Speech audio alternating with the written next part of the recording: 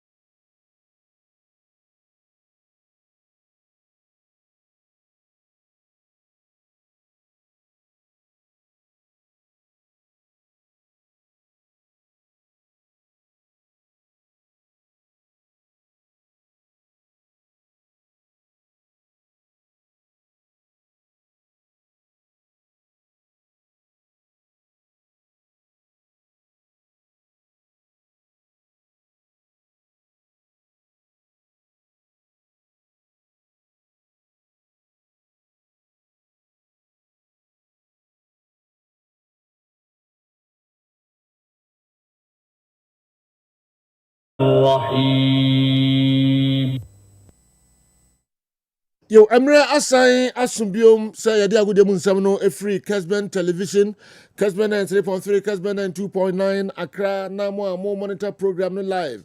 Ewo DSTV, Sanso and Pim a monitor program no.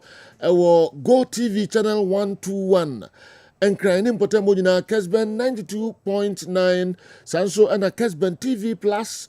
Pimpim and so a monitor no more sharing live our social media handles are hodro mipamcho Facebook and the YouTube ibamunina chi ene anapeni akwaba eba program yi eso ya cheche obia kopim se no mienu babo munye entra na yemfa gudie mu nsem emremo 055159993 055159993 Mofa more messages no emrain 0244263902 0244263902 and also and a meji WhatsApp video I would want no mofa mreme na nini na wo church wadwen Tony edene de no eba na mo church wadwen ede efa ho na fe fisem ni ade no enso mo de abrayen kwa miki ba betrase de nini na enso abrayen mo nyina kwa ba Eba Midfield Action Thursday edition. Tony, my mra and the matches I would also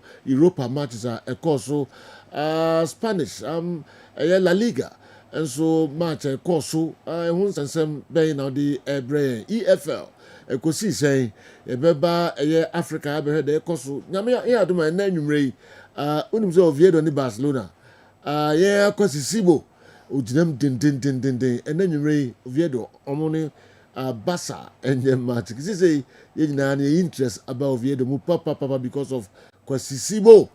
Yemfa bibia antai chinechi na onya results papa. Minim se make us Bassa fans no adwa bruda. All right.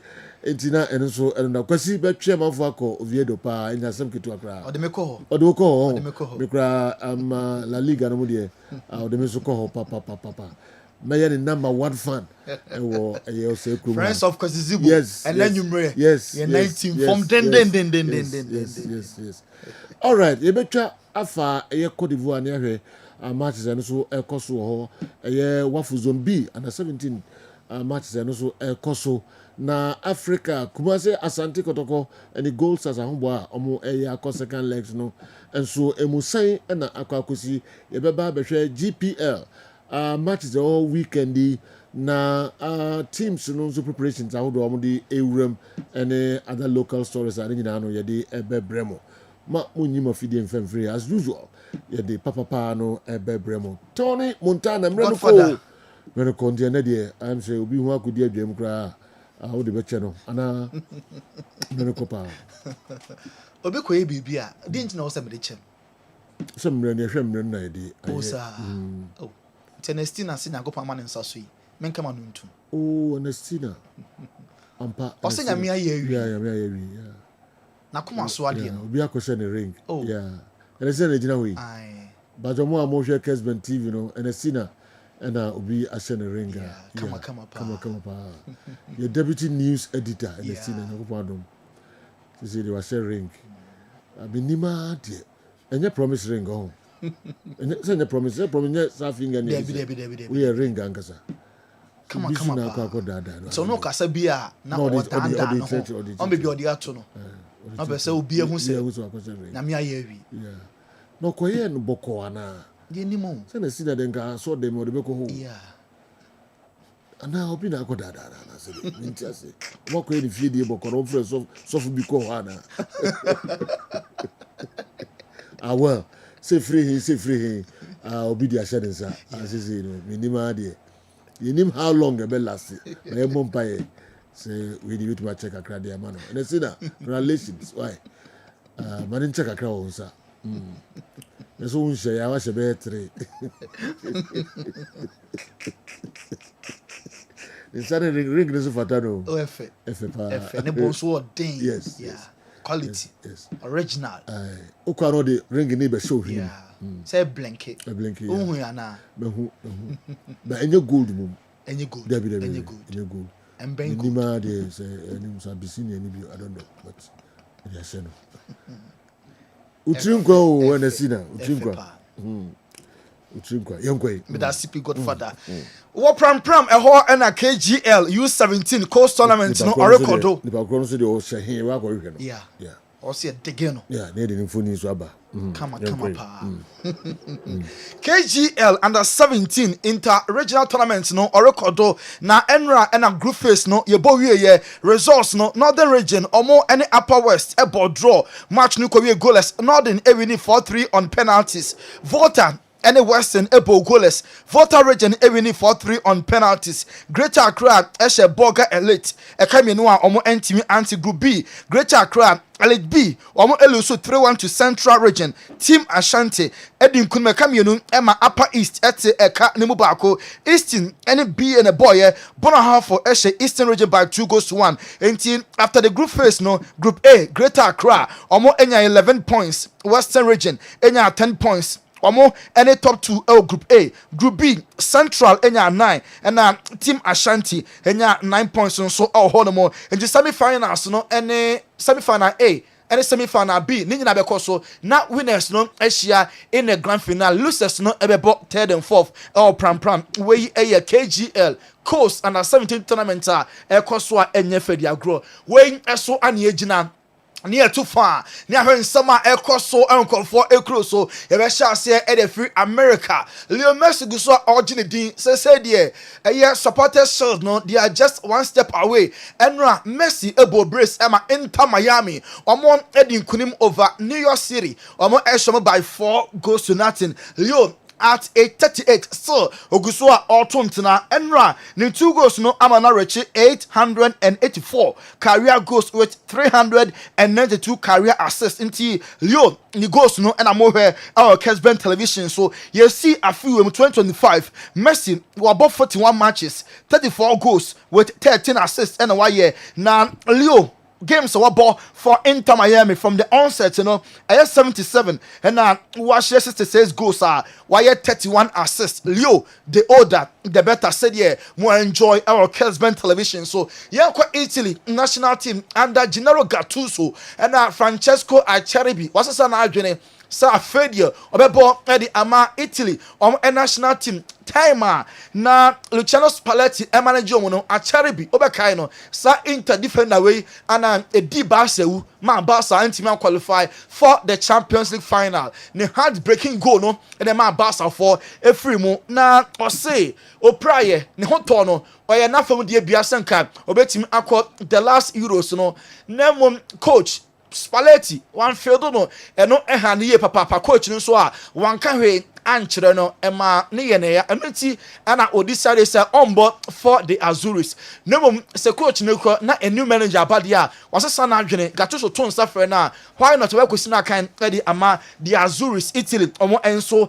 national team David Beckham ɔno ɛyɛ former AS Milan player Premier League ne deɛ ɔbɔ for United ɔkɔ La Liga osi akan ɛnso ɛde ma Real Madrid ɔno bɔɔyɛ ɛma Paris Saint-Germain na ɔ Italy Italian Fashion Week no ɔkwaseɛ na ɔgye ne jersey number 32 any favorite number na ɔhyɛ ɛwɔ AC Milan so ɛyɛ ana ɔde announce ne arrival ɛwɔ the city of Milan wabra ɔmo ɛnso ɛyɛ fashion show Milan week wei ɛne nneɛma mo enjoy course so ɛwɔ Italy Milan to be precise na Le Classique na ɛba so no all France when we say Paris Saint-Germain any Marseille match no Roberto De Zerbi onya red card na so twia no aba competition committee ne say ɔmo bɛba no 1 match suspension na wasan so baako ɛbɛ suspended sentence ɔsa yɛ sanfom so na ebiem di a ɛne ɔmo de bɛpin no so ne mu for now de 1 match ban ɛna ɔno nso ntimi ntra dugout mu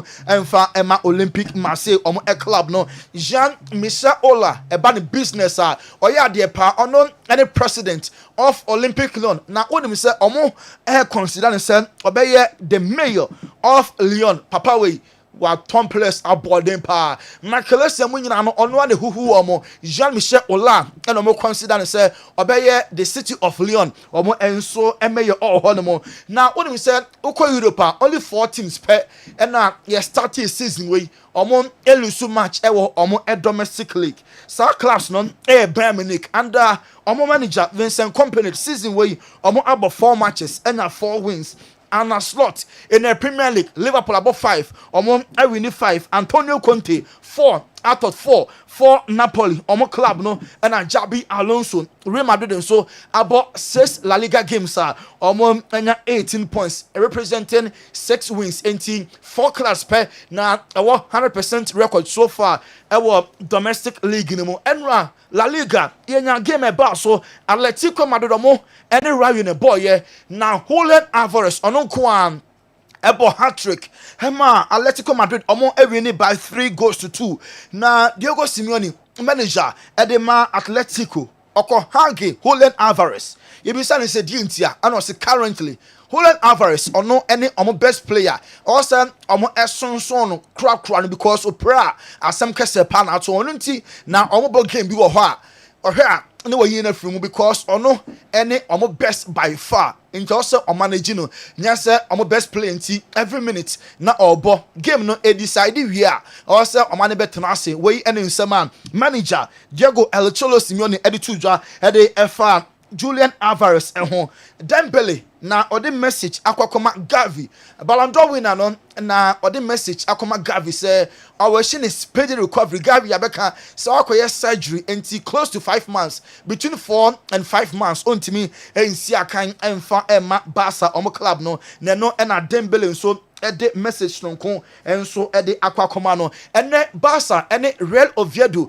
omo match no Barca Hans Flick Barca omo manager on say injuries affected Barca ye papa nebo omo ebe manage players ni bi wo ho a omo prepare enti obe sonson omo on risk omo enu nti ena Lamine Yamal Leandro Bad match we omo enti emo nemo Sunday against Sociedad de sa 2 players no enso ebetimi abo na Real Oviedo match na eba so ene ne kwesi zibu ene FC Barca eba face to face against Real Madrid Zibu enya excellent game and then against Barca saying and ebeko ye nyina ebetena TV achi are how far Black Stars ye midfield on ebe fair against FC Barcelona na Frankie de Jong Barca for and then reach agreement and a contract no omo ebe extended na Barca omo reporter baako and din ede Juan Porky watch na adwene say watma se din na ope even a single game a yebeka say game we dey eye Frankie de Jong ti na Barca winning was what trasia lebum onkai not even a single game a obetimi ade ne sa pink point say oh game we dey kayenhia Super Frankie a ka asem eto yen enti ono onim de enti a Barca fo gina so a sika origin nyina chi no o chesumpa enye enough say Barca for ebe keep Frankie de Jong. Real Madrid say somebody decided say next year Nico Pass omo ebe activate some buyback clause no just 10 million euros na or revert to Madrid. Say so obo Edema Como last year young player e was Serie A of fire season way so e koye pa de man under Fabregas next season there Madrid somebody ne become omo first in ho na obesina kan enso e de amomo na Jabi Alonso or your rotation kakra against Levante Emma Dani Ceballos start here Tchouameni etna bench na coach no na oye impressed with how Dani Ceballos in 15 adwuma mu no in 15 adwuma no osel ho ne mo no eso coach na ni panti o gidi said omo te bench no empo betimi e decide games ama Madrid all start you all free bench na ebo me yen feel impact no as a player weekend way Real Madrid ebe ball against Atletico na any what three now or use against Levante no South run the best starting ede etia Atletico Madrid enchi yebenya Vinicius Junior Mbappe and Franco Mastantuano South three players na best starting attack or ede ama Madrid Vinicius Junior ne contract no ebe 2027 Madrid empese ball ne beko as a free agent ntomo ne guso a omo edi come for contract extension ball ne decision ene se obesti na so ne sika asem no ne demands ne e was rododo bonus so nko a ope no ehuna Madrid ama omo consider say end next year na the contract no on renew ya omo ma ne nko as a free agent da and next year Tompa Tom Vinicius Namadon so anya bibi na the free boy no enso esel enso emu na Mark Gehi oya Crystal Palace a defender omo captain no last window no last day last hour last minute enka or Johnny Liverpool and a jigu ye player no besi ne aye ne ya pa o gidi pa say Liverpool omanye enough say omo airpen to a catch an agent say the contract be next year Madrid for interested why not ono so bepe so be bo ede ama Madrid nti Magehi ono agase na catch an agent say onko tatero Madrid say omo pen nko ade a or you available say obebo enso ede ama player we Liverpool Man City and Chelsea omani abrin ho ye papa na Chelsea and na Premier League no at the fine of £25,000 at the abomo because among any 6 yellow cards our game man lose 2-1 to Manchester United said here Man City no the entire team players and officials and anya 6 yellow cards no am fine akọ at the Chelsea club no and now Chelsea official photo shoot yeah who Raheem Sterling mu and not sure say Chelsea ton person boy na o refuse one corner I had Chelsea pa enti onya part of our team no photo shoot no Raheem Sterling and rather Eberechi Eze Esha the first goal Emma Arsenal club ne Christian Norgard so started in the EFL Cup Arsenal edi nkunim akami no a Port Vale entimi antina no na Eberechi Eze ene Christian Norgard omagiatum say Arsenal quality no ayana anoden pa ha enti players no so be start you so obe free bench and abo player bia integra na one starting pa enya nwanwa because they all starting so emode mo e was ropa we ene nsema Eberechi Eze ene Christian Norgard enso edi etudwa Liverpool week way ene Palace ebe ball in the English Premier League na no ena Roy Keane former Man United a player and say game no Liverpool ebe she 2-1 Jamie Carragher and Gary Neville almost Liverpool team enwini best ebe draw enti Jamie Carragher and Gary Neville ekoye 1-1 draw say another resource ewepie weekend we brought Liverpool and Crystal Palace so Asia Casemiro say ono na the Ballon d'Or ne de ka ekono kwa dia ken fama Mohamed Salah na nse wa kire enye last season kwa previously goals and in my oil and say or sufferta Ballon d'Or enti cast say ono de ne Ballon d'Or no obeto e de ama Mo Salah kono kwa na yi dia enka Salah ne benya kanya senka Rafinha mum na ne nsa enso atimi aka Wayne Rooney akasa osese nko nhia ne wife Colin na ka niema ka beto ne life mu no kanya easy ebimpa enka wo because on fan san nya hwe ono mo nsan dware nsa ton sam tentan no nse ne wife na kitekita na mo yentie Wayne Rooney. I want to live my life as well. I wanted to go out and enjoy my time with friends and have a night out and it got to a point where I went too far. Of course, it didn't that was a moment in my life where I was struggling massively. With what? With alcohol, massively struggling, and I didn't think I could turn to anyone. I didn't really want to because I didn't want to put that burden on it. I remember We talked about this, didn't we? I remember going into training and putting eye drops in, chewing gum, and Whole bottle of aftershave on. We and in some when running Eddie to just saying Santi. Ka when share the wife and the wife ne kru ne pa ka onim bo sen koda so tia simpa. Okọ training pa just say or the name afene ne achi no aka che place ne send ne ye ne ya. Because hangover wa brama. Bra. Ohun di won nya no. Sika ni nyina chi when she obana. Yeah. So ma bebre sebe omo ye monsamfo. Pa. E ma omo kunu no. So nim za. Yeah. Na omo ebe ya tamfo eni chese. Ompeso be hu no kra. Omo kra no ne ma na kunu kra ofiri ho. Yeah. Na Japan de ne ade ni anu. Wa fa ni nyina. Asma me ke no kra. True. Ebinum so ye nhira pa. Ah, ushia no timi say me say so Ebinum boa so ye for nhira be. chese nyame ne sma omo ba mema kwem. Or say sound cry no matter who you are. Obi a we ni oje ne sika nyina. Krom hasen go ombeka na chikura manako anambwa. Fast cry. No. Fast cry. How cry there? Chikura mo akontem. Yeah, nya wol fama me nana. Me wo fa. Yeah, ma me wo fa asefo. We di nka street ke bo ban ne koda ne ho. Kom ade obeye obeka watintam. Ene go obeye. Dudu no a. Bai wo ma. Ka otiko kra. Omo ya so abofo pa. Nyankopon unhira sama ne nyina man pa. So ba we di ke menhira na nka. Yes, bebre so ho. Omdoso. Yeah. Yeah, omo ho pa. Mo play mo part pa. Mum ya num so fra. Be ne den. I kind of for them. Tintina try. You're Godfather. I many dwane yen fancy. Me fancy Tony. Me dasi pa.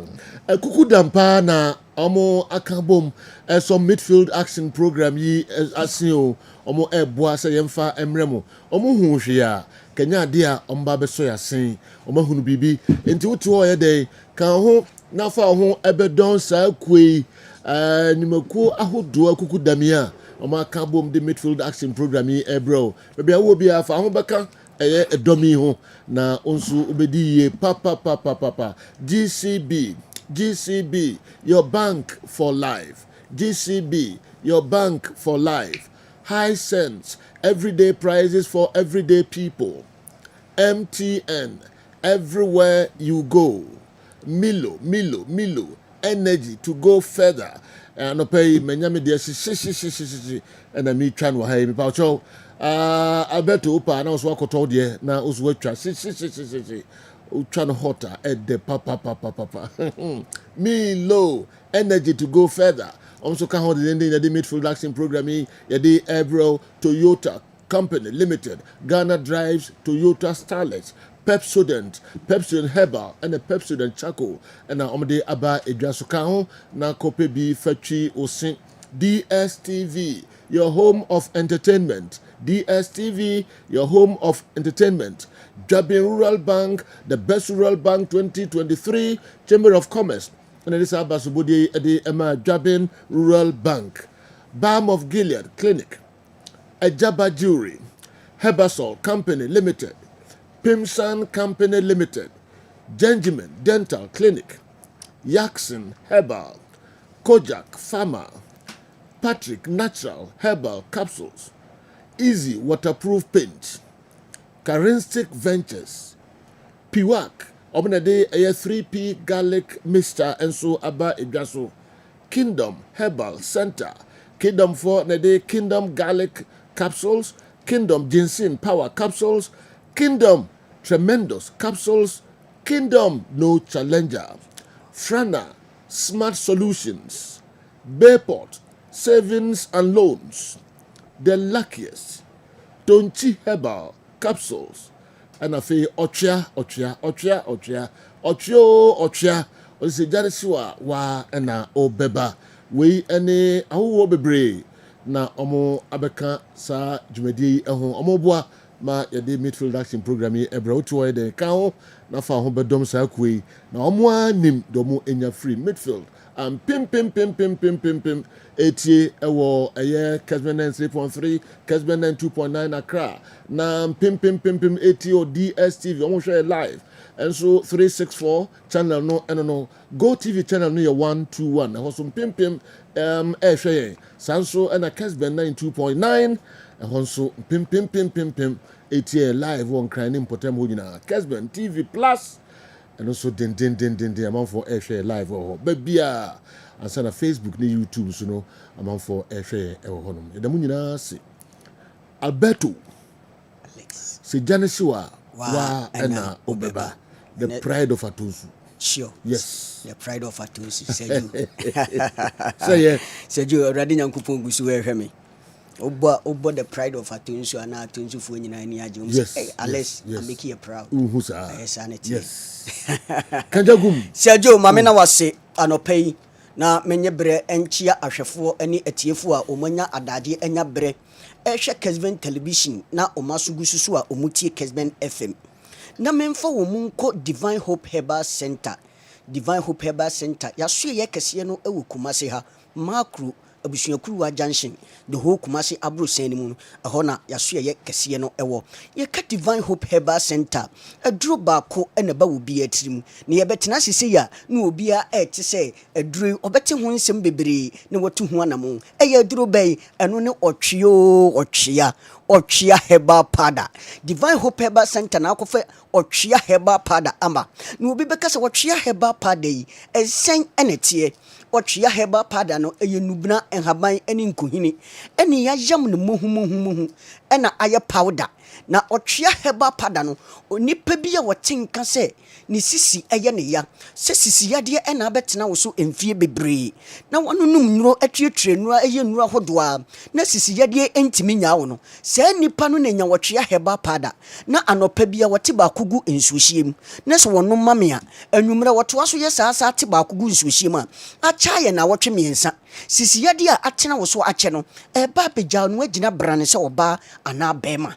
Na tieni ye enyini timi kofa sisi yade ba enam yade timi kofa sisi yade ba obi kura ne ebia enkwanhia bi no okunyaye ena kofa sisi yade abeto so ekwa bi a wo fa so sisi yade na ebetena wo so no wo de fa ye numbers na egu screens ne so no eye miensa emu bia wo fa wo se media no eye nkwanhia ne ma ne bae media no enam yade ne ma ne bae ye benya adaje agyebre a kire wo kwan a obefa so a obenum Otwea Herbal Powder no amaye tieni ye directives ni de ehia ye odofo enu ntini ya se aduro bi ayade bi a wode Otwea Herbal Powder no etreat no freye ne enkyere wo saa kwan no na wo so nam saa kwan no so na wo so nya wayaresa na wo ye bema na sesisi yade ebetena wo so cha efrimfie mienu ekono wo nam na ma na apege omu nsam mienu wo wiem se ekire wo we enye loto number 2 sio ene wo de ma wo na ne nyina ne se wo ye Mr 2 minutes man bema ukosi n'anim apetere pio no agem wo sisi yade enti bema sesisi yade na etete wo amo abaye mre ewo mpamudia wodura wo hia eye Otwea Herbal Powder baako anopa baako anwumere acha na wotwe miensa wagina brane weni adura esa wo yade no na ema wogina brane se oba ana bema meka sei koko amobi posanani koko nti obi yafunu ebom eworoso sebe obeka se eponeda ne yama asoche na eworoso mese koko nti odofo bi enkoko wo fie hu na no mu pe ba bi afa ene sei wanu na suma tutakra wo fie nyina nti nkoko hu na omunum se obetu takra odofo yi se koko na etetew sebe uja wona ya obon so kokobo no na etwea ba obi ja ne na no obon se ohu se emoja kakra ewom na ahoro ewom sebe odofo yi se koko na etetew paade a wodura wo hia ya Otwea Herbal Powder wo se media no eye koko wodofo me se ema bebre sebe wantwe ponso wontimi mpie afiri se koko na gyenani mu aboso esisi nanim ketenkete wodofo wona wonya Otwea Herbal Powder yi bia na wono no mamia koko na sebe egu wanim ni nyina ebe progu amame abrantie bi te compound house ontimi nworo na wedie no ni nyina se koko age wedie na aboso wodofo yi se koko na agu ni padua ni mu a hwehwe Otwea Herbal Powder akiri kwan na state bi a wo die na duru no ofra ya wo se medie no agu me wedie media ne sebe me jamena a na me kokobo etwe aba se be me gya me na no obo nse ahoro kakra wom ye benya adagye agebre ya kyerɛ wo kwan a obefa so a obenom otwea heba pada no na state bia wo koko no wodi na koduru no wanya yaresa afiri mu na me se emema no se koko ebetena wo so a eya amaman bi na amantini mu asisi na bema so se wo bema be pagya eye me se bema bi entini makomako enkono 9 ene kuta bema bia wo bema m na se mu ba kokura besi a ɛhɔ na ma bema obeye mmere ɛwɔ mpem enti sa amaman ana akofa koko na ba na ontini mu asisi no hwehwe wotwea heba pada akiri kwan na ebe cleanse ntini mu na cleanse ntini mu a bema na aye mmere no afa ubegina brane se bema enye se ebeduru baabi no na ma na tudin o mama guy name Mr 2 minutes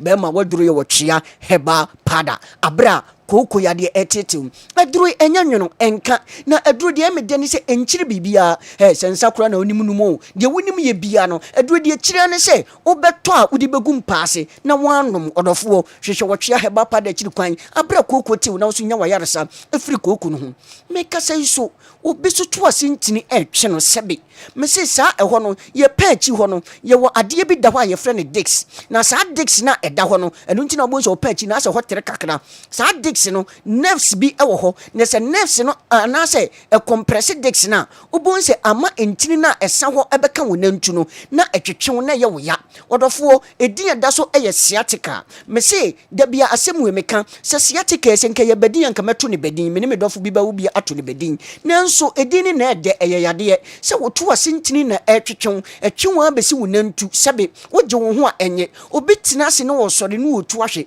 wotina ka mu a o sore no si yanso ni mu a na adane asem obi si ananse akyeme me na ye titiriti me nsa aye titiriti wodofo yi otwea heba pada wonya bia wo se media no meto asintini na etweme media na sciatica na etete me ekwan be na memfa so a menum otwea heba pada no ye benya daje me se ya de bia wode otwea heba pada na esa no tie ni ye frɛ ye ne nkyerɛ wo kwan a obefa so a obenom no ye numbers no ene good screens ne so no ofana ofreya ye benya daje agebra kyerɛkyerɛ omu na kwan a wobefa so a wobenom no wade wo ho afiri yade a etete wo no ho wodofo yi aduane to obi yema no wo bobna obi aduane to ne yema intimi digest obo nsi obi bua no awie no wo se wonya burning sensation wodofo obi kon ayeretan asi obi achi kase woje ne ho a enye ni nyina ne se wo yafunu no ekuru abam ye se wonya osa woturu wo hia ye wotwea heba pada me se da bia metena ha me se osa de wodofo me ne wo beto nkyea osa de se otwea heba pada wusa no ho a menim aduru a obakonom ne wanya yaresa afiri osa na etete wo no ho wodofo se osa na eha wo de a wonya wotwea heba pada ne bia wodofo frɛ yen wo se media no eya osa na aduru state bi etisei aduane to me yama me yafunu yama ya media no se medidi na ma mpeliver sort bi anoma entimin digest ye benya daje agebere ya kyerɛ wo kwan a wobefa so a wobenum wotwea heba pada no na wade wo ho afiri osa yade a etete wo no ho medofo afi meka sei so abrantie bi wura dwaye ne wo woro no ho a ne wo bobna osu aden ne maame bi ngui ne papa bi ngui ne ba bi ngui ne emum de tie ne se ne bema esen nanim no me se bema de eye wo botom ene de sebe esen wonantem no ene emi afra wo bema wo a wo botom nye sebe de esen wonantem na obedidi ho kakra no so a afon atwea kom aye ketekete aye lengelenge aye se crayon aye se straw bemma na mfie aduanan nanso woni ne ba wo mfie nan de eye pe wodofo yi se we se nya sunsum yade bi ana sunsum ade bi anya duabo bi de a wodofo we emfa nkinkyina asofo no so na moma asofo ne bredodo hwehwe wotwea heba pada akiri kwan na wonya wotwea heba pada ne bia wo frɛ ye wo se me bemma na fon atwea kom me de na aduru crayon state me de na aduru straw street ye benya daje a kyerɛ wo ya obefa so a obenum otwea heba pada no ye wo special we asafo no ye kyerɛ mo na monya daje anoma ma ye na monum a bema na afon atwea kom no ebe wura bayirima na ewro ba no na ma extra energy se bema na wo pem a watimi apem akwanim se bema me se bema de wonu wo ba hia wo mpem a wogina wiase nyina mema anim enti wo ko a eye di asema ye wate abra wakosi nanim no ema no hu ya omotwa ye salute ema no hu ya omudi ebu ama ye me se bema de se wote ase ase ne se wunwu ya ono dofo ahia wo mpam no wantimi anto pakora na nya 3000 eno na dambe ye sa calculation wa ha ekire mo no wantimi anto pakora nya 3000 na wo ye bema na wo bema no ebefon ye ketewa bi afi sisie no mu be ye mre koko betena wo so tetewa odofo yi watopa entra 300 ebasa umenya buo ewo mananim wanhwa no benya sotoro ewo odofo anim hwehwe wotwea heba pada ekiri kwan afi abrantie bi koda yesi madwiasa just wasore ebe jonso o brantie ntimi anane wa kan ceiling sa amaade ache wa jonso bebru be mpredu adai abrantie adai duro ben nku odofo yi bo won ka yese wo jonso twa no oha bi ba ho me se taman yesusa no ubon se ye pia ubon se onua ba di wachi a wo twe wo doro ben ne se wo jonso a na onua ba ne pese wo suasua eto sen kamia me de kwa mi ubon se me de spell me din KWAME ba ene wodofo we di dance yese wo jonso na sinitirase ese wo na ase pe we bo won ka yese wo jonso twa no oha bi ba ho wodofo wan hwe bre bi beduru amya de roba abeto be mem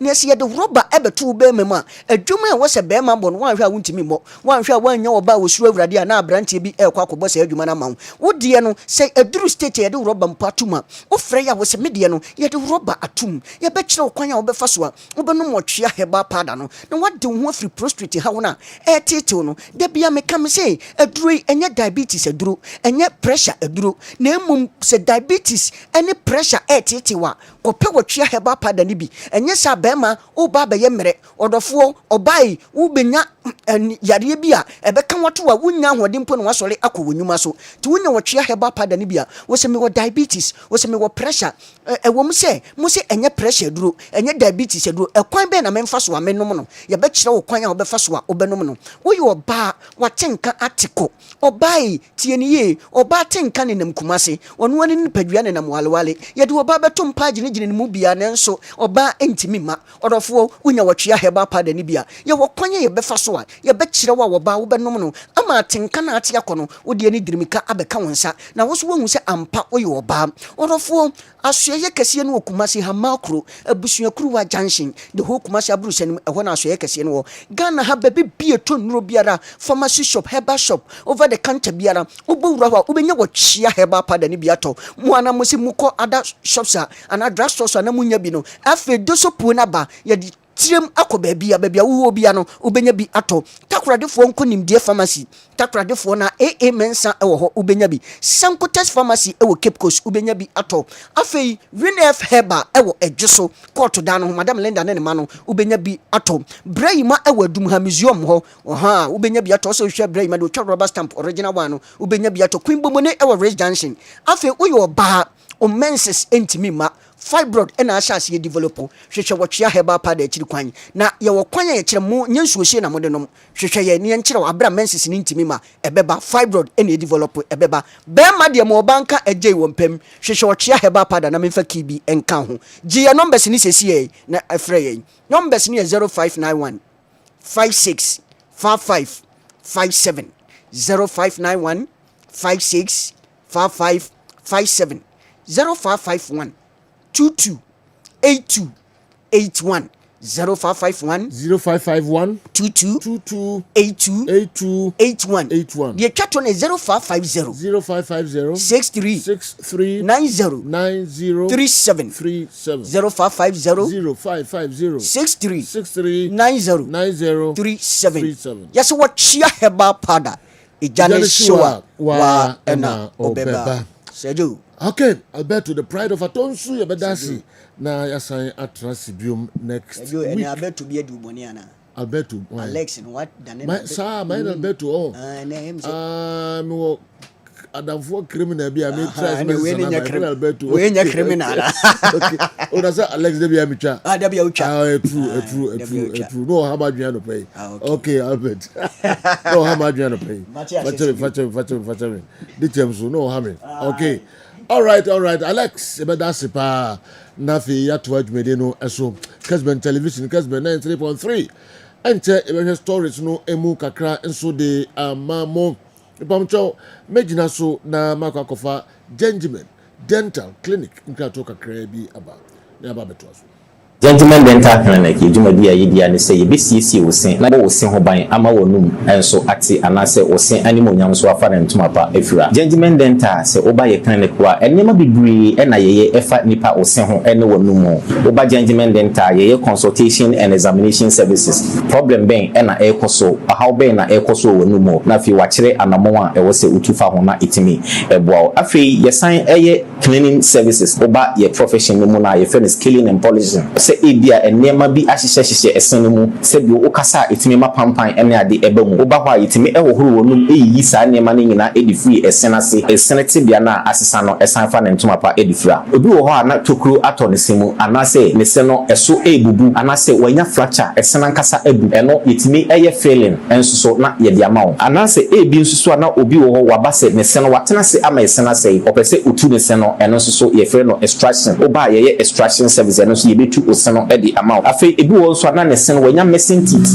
ye woni si no ahodo bebre ye frɛ bibi se dentures no eye de utimi ehye na watimi asan ayi wa mu utimi yi na wasan ahye eno ne frɛ ne dentures no oba gentleman dental ye ni nyina bi wo afi ye wo fixed one no anase ye ta frɛ no permanent one no eno susu ye si a untimi entu bi eno ene frɛ no PFM bridge anase PFM crowns eno ni nyina no oba gentleman dental ye ni nyina bi ewo ho afi susu ye wo bi se braces ni ye se o se no kwan dem anase emu atete bebre eno no oba yetimi ehye braces no within some period na osena asan akrusu kama na ma osena atimi ayeden anya ahoden afei obi pese oye teeth whitening o pese odi don hwere ba ko pe eye osena fitafita te se de o ne bi so da oba gentleman dental ye beye osena fitafita e de amount how bia eni ho abefo kwan so na ye de ebeye e de amount afei obi pese o share ne sin gold silver oba gentleman dental ni nyina ye gentleman dental clinic ye chia kwan enye yira kwan kura ye wo Koforidua Central Police Station enchen baby market no ewo no ufri abron sign na new story building na okọ Central Police Station no Gentleman Dental branch ba ko ewo ho na udru enkran so aye wo nungwa usi nungwa main lorry station hokra na ofra nurse ba ko bra be fa ana se station na chi Authority Street ne so Gentleman Dental branch ba ko ho na Atomic Down do me kwa benya runabout no so ho Gentleman Dental branch no ba ko so ewo ho na udru takwade pipe ano traffic light na ewo pipe ano ho no obefa kwan na ekota disco junction obepa junction no kakra ko wani obo se OGN bank no ewo ho ye ne OGN bank na na wo the same premises na tachiman so ye wo magazine market kwan na so ho a onsa nifa so ho a Gentleman Dental branch ba ko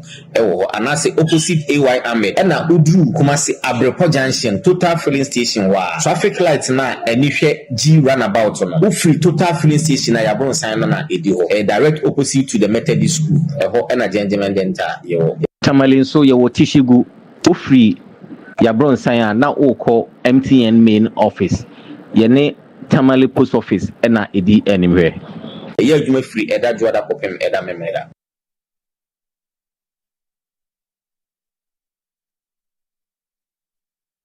yo afei yɛ mamu nyinaa kɔ ababiom emra midfield action program yi eso afei na yɛ bebiebie ɛyɛ foreign stories no emu kakra doc say ye o jino anyame adom wow ene nyankopɔn ase se dem sa sedana na ebekɔ so de amanyame se nititiw se de abrewa yi puma okwam mfonyina mo de tu so adwo akyerewa oh yes abrewa yi puma yeah nti adwo akyerewa nya ne ho kafo na I'm hoping say nko yet say boga ne ne bi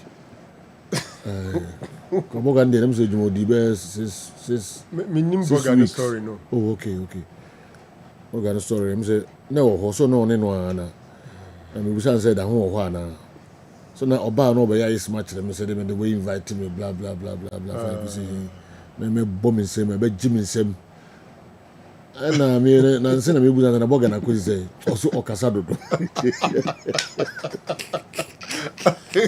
oso dere num too much oso pebe mu dere num sa oso mu bebre ye dere num too much no boga for ne de omu bandi ensem mo be ka kire wa sana oni mra ho sente sa na owie me ba no bebre dwo mo num dodo en gade na ho fu se ma bebre se omo mbe num dwa sa o dwo num sa oso be ma na kasa do ndi wa park no na so okay o mpe be ma o kasa omo ko nipa ma o timi kasa sa na fi ne ni kura u na so to ma ke boga okonya ufo ase ne ring kama Oh, when you shake away. Oh, when you shake away there. I said Kakawa there after. I know, and I want to be a yeah. Andy, unya banya kawa. When you cry now, when you kawa. When you kawa. And then manage man. Okay. I'm gonna be a bad. Nah. Okay. Or you didn't answer the uncle. You need to say, oh, back on the bed. Na kawa ring na ya to. Omo ni earring kawana. When you got it in the earring kawa. And say, oh, on be with him the ring yashe. Okay. But a ring finger, the winner just for a ring. Okay. And then you find a ring finger. Okay. Until the shed the answer is sealed. All right. They be only baby of what you know, I'm going to be one more day. That's right. Yes. I'll do comache. All right. Yeah, just all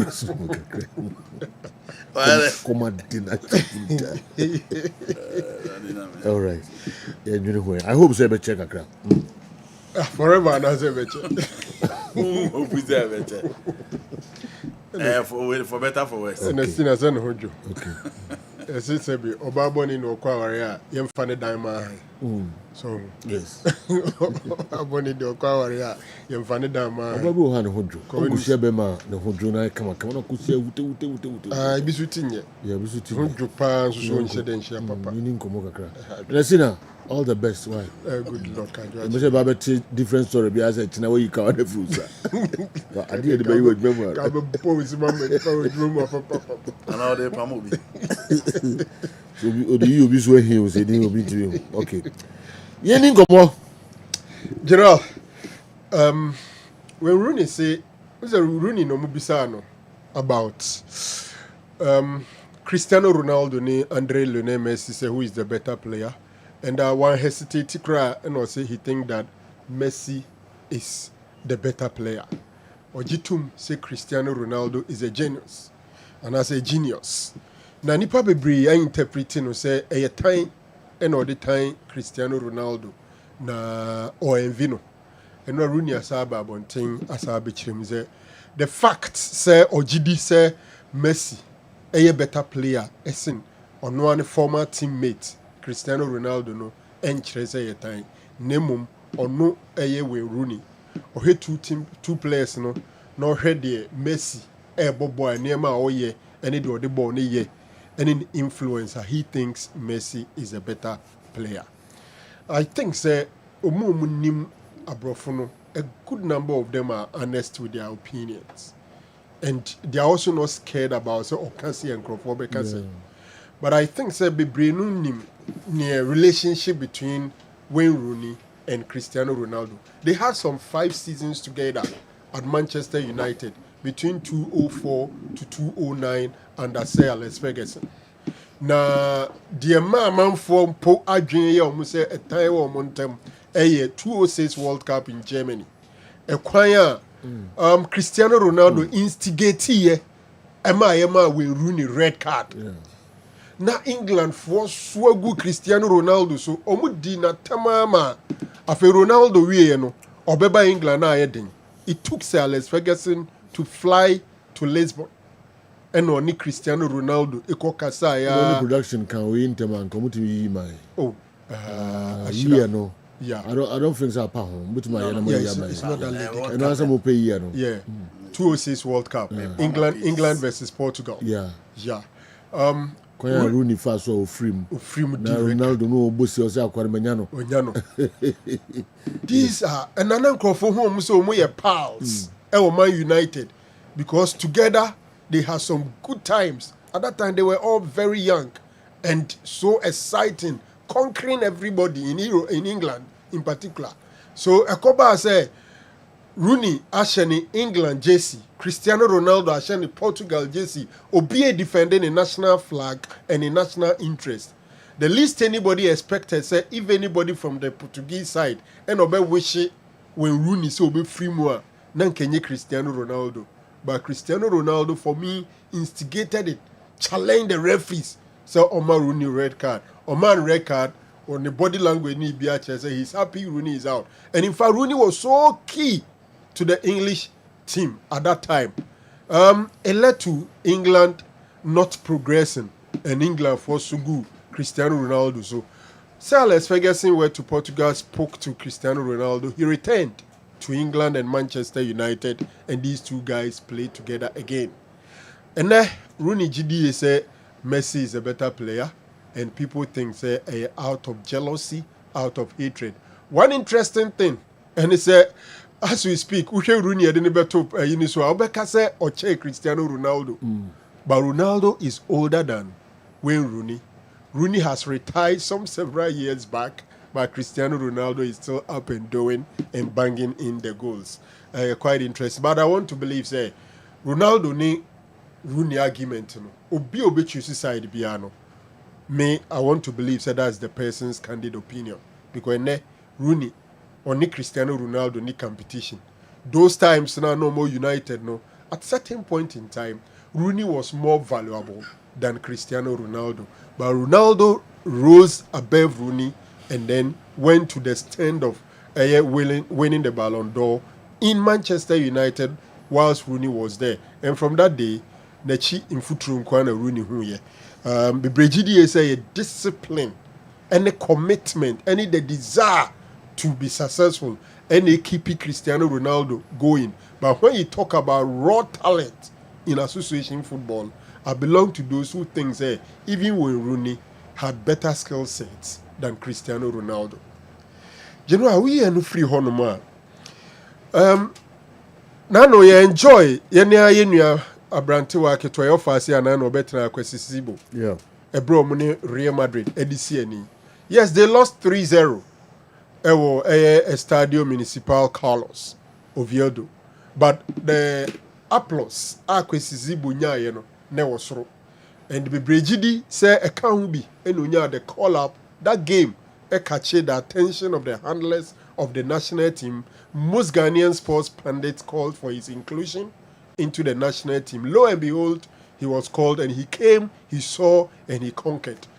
And then you rain on soon Empire Mupepepe. We are going to see again Kwesisibo how Beba face to face against the Bavarian, what do you call the Catalonian giant, Barcelona. Madrid honum akoshe 3, and the 10 of Barcelona. Mean interest and the score line because Mijidi say Barcelona beko akoshe Real Oviedo Nankasa, they are not playing so well. 5 matches, they've won just 1. And in those 5 matches, they scored just 1 goal. That goal against Real Sociedad, I am almost 3 points, you know. They've lost the other 4 games. So I think they are likely to lose again against informed Barcelona. But I'm looking at how One Mark Dendanka, the Belgian boy, a bit major Fimfi Honum, na Omune Pedri mo, any Casado mo, any Dani Omo mo, area Pimpim so. Because of Zibo, and then I'll be so much interested in that game. My final comments. Ura, your friend Ashraf Hakimi. General, it was February 25th, 2023. You're sorry I say Ashraf Hakimi. Why you didn't rub baby nada? Won't fear ho. A brana na yere any neba etukwan. I'm a rabane den sema kwada police for. I'm a need the Ashraf Hakimi. Akwadano a police for akonifie ekocheno. Say why you a raba any no other. Ebepem ne obi anima raba kro. But in some that's so honum. Na I think say it was yesterday. And Ashraf for the first time. Obi na no. Ube kai sa ansem na enameno so ema ne yere ejai no. Sisa ne ma. Ekowi ase oba di jai ni wie oba no so okopa japade ni nchemu no ajefa. Omko hwe emsa apart from the boxer shorts. Japade bia ye ne ma midimu. Di bia wo ne ma midimu. Inti brotherhood no crab ball Ashraf Abaso say he's a super boy and a very smart guy because a rabano e fidie no usum no na ne sika ne japade nti e we ne baya na se wasam no ko ontwema ye nhwehwem se Ashraf di 4 ana odi bim oba ne so oja awade court nche ne japade ni ne sika mu ne ema ne fa omko he na Ashraf that time no I think below 20 or so no but from the age omsejama Islam for nkwada no e fan no se usa na unya nware ya na usa we japade fan wa ufodin mu enewo. So from that perspective Ashraf succeeded say ɔbaa no ntumi ngye n'agyapadeɛ ne fa ɛno a wakasa no say aposifoɔ no agye ne DNA ɔmo agye ne nsɛm nyinaa da n'anum nsɛm ne biribiara ɛyɛ adeɛ sɛ ɔde ama ɔmo na nhwehwɛmu no nkyɛ koraa ɛbɛba ɔmo de ɔmo ano di sɛ ɛbɛba abɛto dwa na baabi aduru no ɔdane nyame ase sɛ ne ho ɛreba abisan na nipa no a ɔno no ɔkɔ so si n'akan nipa no ɔse ɔne ayere no ne nada no saa nipa no ntumi nyina anim mpo nnɛ ɛna obi aka sɛ ɔno na ɔyɛ esei na akyerɛ no adeɛ bebree adesua a ɔso wasua no ɛno na ɛma meyɛ interested in the story ɔse as a footballer onim paa sɛ nkurɔfoɔ bɛpɛ sɛ ɔmo take advantage of them both on and off the field nti osua ne wɔn nyinaa no ɔmaki sure sɛ ne circle no yɛ quite close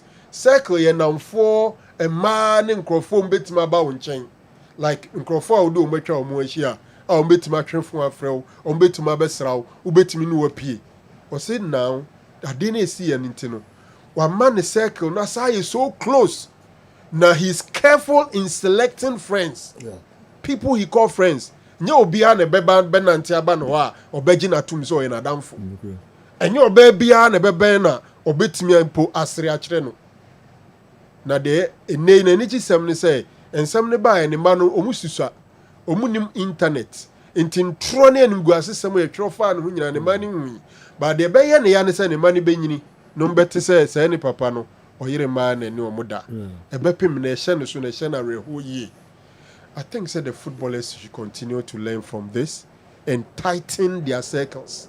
Not even footballers, famous guys. Some will try say, "Ube close your circle." No, na nkrofo meet my bell baby. Why you so much careful about it? Because there are some people are on bell just to make sure say oba abe pay bibi asebio who wabrenya na own deserve. Once again, until such a time, a man omudin sem to nkurɔfoɔ so titiri players so na asɛm no yɛdi wie na sɛ nipa no wani bi mama dwem sɛ yɛsɛ yɛ disclose ne identity na wiase a yɛwɔ sisi a no ɛnyɛ fair to mɛma honestly yɛni mɛma advocacy groups o otherwise kɛɛ sɛ brotherhood mɛma advocacy group no yɛn nso yɛsɔre na afei de ɛkɔdu level sɛ ɛsɛ sɛ amaa no ɔmo de saa nsɛm to nkurɔfoɔ so no so ɔmo di for deɛ yɛdi ɔmo identity ɛba abɔnten kɔɔtim kunkyerɛ ntorɔ kɛseɛ ɛde to obi so na waka nsɛm wɔ nyinaa fa nipa no ne agu n'anim ase ɛkɔwi aseɛ na sɛ nyɛ no koraa torɔbɔm na ɔkɔ obi anim o mekasa yi te sɛ ayi de yi mɛndidi yi obi nim nnɛ sɛ awurabangyam ɔnam ɔpɔ obi foforɔ ɛde adwuma koro adi no na nka ehu sɛ asomasi ɛna ɛyɛ mɛndi sɛ yi a nka ɔbaa na obi ahu no da nti wo soso no wode bi wo bɛɛ obi a na nka obi ahu sɛ asomasi sei na ɔteɛ so I think the earlier the world look at that one the better minim sɛ last me catch minim sɛ ɔhwɛ mɛndi ne awuraba ne deɛ na ebi wɔ mu gyina shower ase ɛna wo wɔ bɛɛ yi a woyɛ bibia Mendy was smart. Ofu kosoro na ofu san gri. Bajuma left and right. Ba also rape me. Oh yeah, no asa akoso rape me. Minkase party innocent. But does it make sense for somebody to tell us say assume say rape me in prince so. Or rape me baako, or rape me mienu, or rape me miensa. Asa ko hobium. O rape first one no. And how and to me what's our call? What's our rape you and how what to me? No, what's our call? The prince and so. Uncle away day. Now rape your hobby. A day. Ubeheno, na first one say Bibi sample see be a first one only evidence. They are no more no or pardon say I would know evidence, yeah. 2 years no got that document. The guys would have to be careful about these ladies. They are just gold diggers. Wow. Okay. We can see P. Ukrumha. Yeah, more reliable. Oh, you know, no matter how dear, a humo bro, no madum team, Crawford in them streets and so on. Them. No, for the year almost show more boko. We are Naja, the Nimbiguasi, dear Naja, or the Ashano. Tomo GS Kadipa, Monkan, Sonkan. Omji Sikadi. Now, the OG free or any free. You know, Obaji Sikadia, Wadam for Grand Jim Ganjano, Wadam for Best, Obey you do. Obaga only answer. O down on your scam, man. Do the best show. You almost would on Mom Fancho, Mosa, said you. Would the end any rape, Usikano Didi. That's what I get it, you know, I did it. Why is a lumba? No, Antonio go. You know, a lumba boy, be a beating boy. I am correct. To be a juicy caddy, simple. Oh, men, met name Janto, so busy, so bad him to get it. The body is on what GD and for Sobiama. Oh, BS, we did say not use him Janto. Okay. Sir, would they channel the Anna Hydro Bank? How they channel what baby? Yeah. No, what G, we and the squares on San can have. Yes. Yana man, they are down for no shrimp fried rice. David, never good to love. Good to love. A boy 11 o'clock. Oh, coffee, says I. Or 10 taxi manager. You come the bank to love. You know, bid walk what not pap. I spend one at 11 o'clock. No, October and Continental Lapia house would you coffee a goodie. Or run him Cosro. Father Georgiana. I'm not for the evening. Maybe and then it was. And then was say, on you go for the game, you never tried again. It didn't over be office or them we are. Maybe I don't suppose of it. On the show TV, no, actually, the volume was from laughing. I don't pay your head. Koswa. Donaro said Rooney had a better skill set than Ronaldo. Can he name them? Watching how Ronaldo played at United, I doubt if Rooney had a better skill set than Ronaldo. Ronaldo was unmatched during his time. He was a better all-round player than anyone during that time. Jake Takrade, briefly. Jake, so the early days of Wayne Rooney and in the early days of Cristiano Ronaldo, I think it was common knowledge. Say Ronaldo for Rooney had better skill set, ball control, passing, tackle, everything. It may be Cristiano when Rooney was playing as even a midfielder, central midfielder in the latter part of his game. Rooney, who they free be a number 8, Koka number 11, a baby, I'll be to my bamo. Ball control. I to say Cristiano Ronaldo at the early stages probably was a better dribbler than Wayne Rooney. That could be for me the only thing. But Ronaldo developing the game, eba be Rooney along the line. But what I say, until I feel say natural talent at the early stages of their lives, I rated Rooney ahead of Cristiano Ronaldo. Okay, 2006 England Portugal no production nanya. Okay. Rooney so free no brief Ronaldo they said I could provoke no. No nya no man referee no it's on record. Ferguson had to travel. Yes. To Portugal. Yeah. Okay. Maybe say na Ronaldo mama because of the English media. Yeah. Also now Ronaldo pushy referee he say man red card. And Rooney pushy Ronaldo say what do you think you are doing? Also Ronaldo Rooney train Ronaldo. Is it when they hear record for Rooney? I don't know. So there was a fisticuff. Rooney. Okay. Initial video no senka. Okay. Yeah, player no that form the down. Okay. Initial video no. Okay. There was a stamping from Rooney. Okay. Did they intend about Ronaldo? I didn't say on the provoke Rooney. My show record. The word at that time managing them. Yes. Sergio. Have you seen it? Yes. Ronaldo Krano ni see no the America and never referee no. Ebe pushy referee say a red card. Into corner. Ronaldo didn't care about Rooney. All he cared about was to get the red card. Yes, you know, Rooney, Ronaldo Barredo, you know.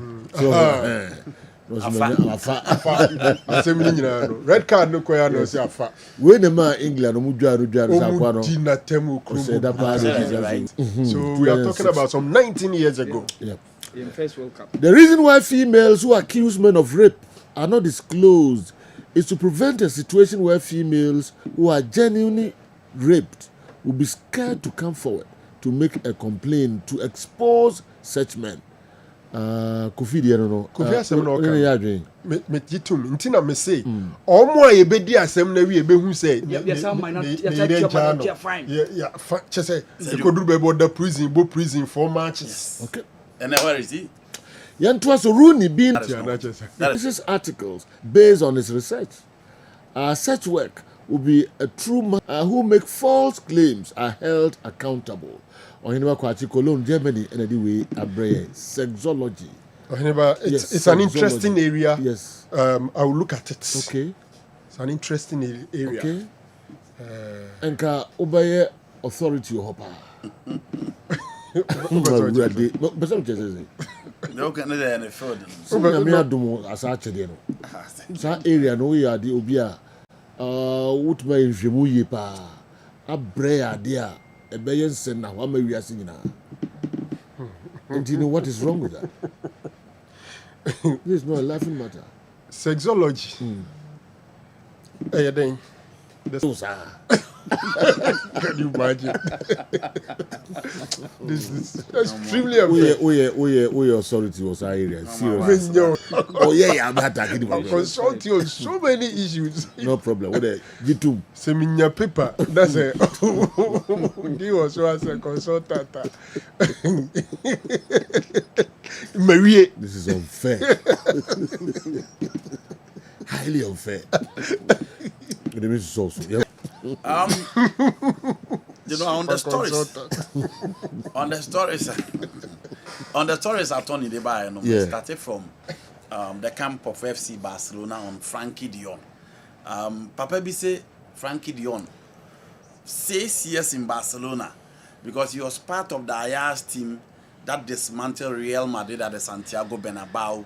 Got to the field, lose to Tottenham Hotspur, Lucas Moura match under Mauricio Pochettino. Now you're part of that team. Now after that, a performance for years. Omo players now be a free bobo konim echo team for echo join here. Now he teams omo players now koye offer Matthias Delete, offer Lizascone, offer Hakim Ziyech. Said you all these players are moving out. Tony van der Beek, David Neres, omo nyina koye. One player what me stay one team at che Frankie de Jong. Problem as our players when in our face on so Barcelona no o face bi yem pam no the performance na ye o Jessica kese ye nya ne kwan ma ne nko on edru ba bi onu tutu onye na de to oko ti sika so mente so ama reduction na ba bi duru ne na no pani bi say so for Frankie de Jong Barcelona decided so on be extended the contract initially. Now come on extend the contract in dada.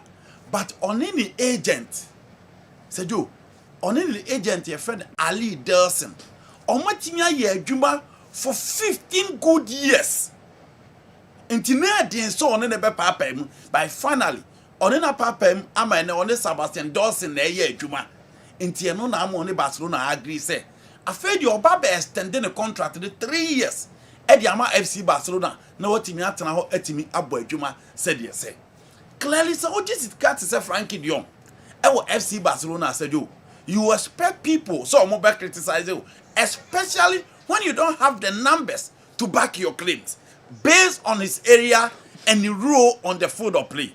So for Frankie de Jong said Oba Barcelona he was earning 700,000 euros a week and as sikane so atete sa COVID time and then they were do 365,000 euros in 7 days.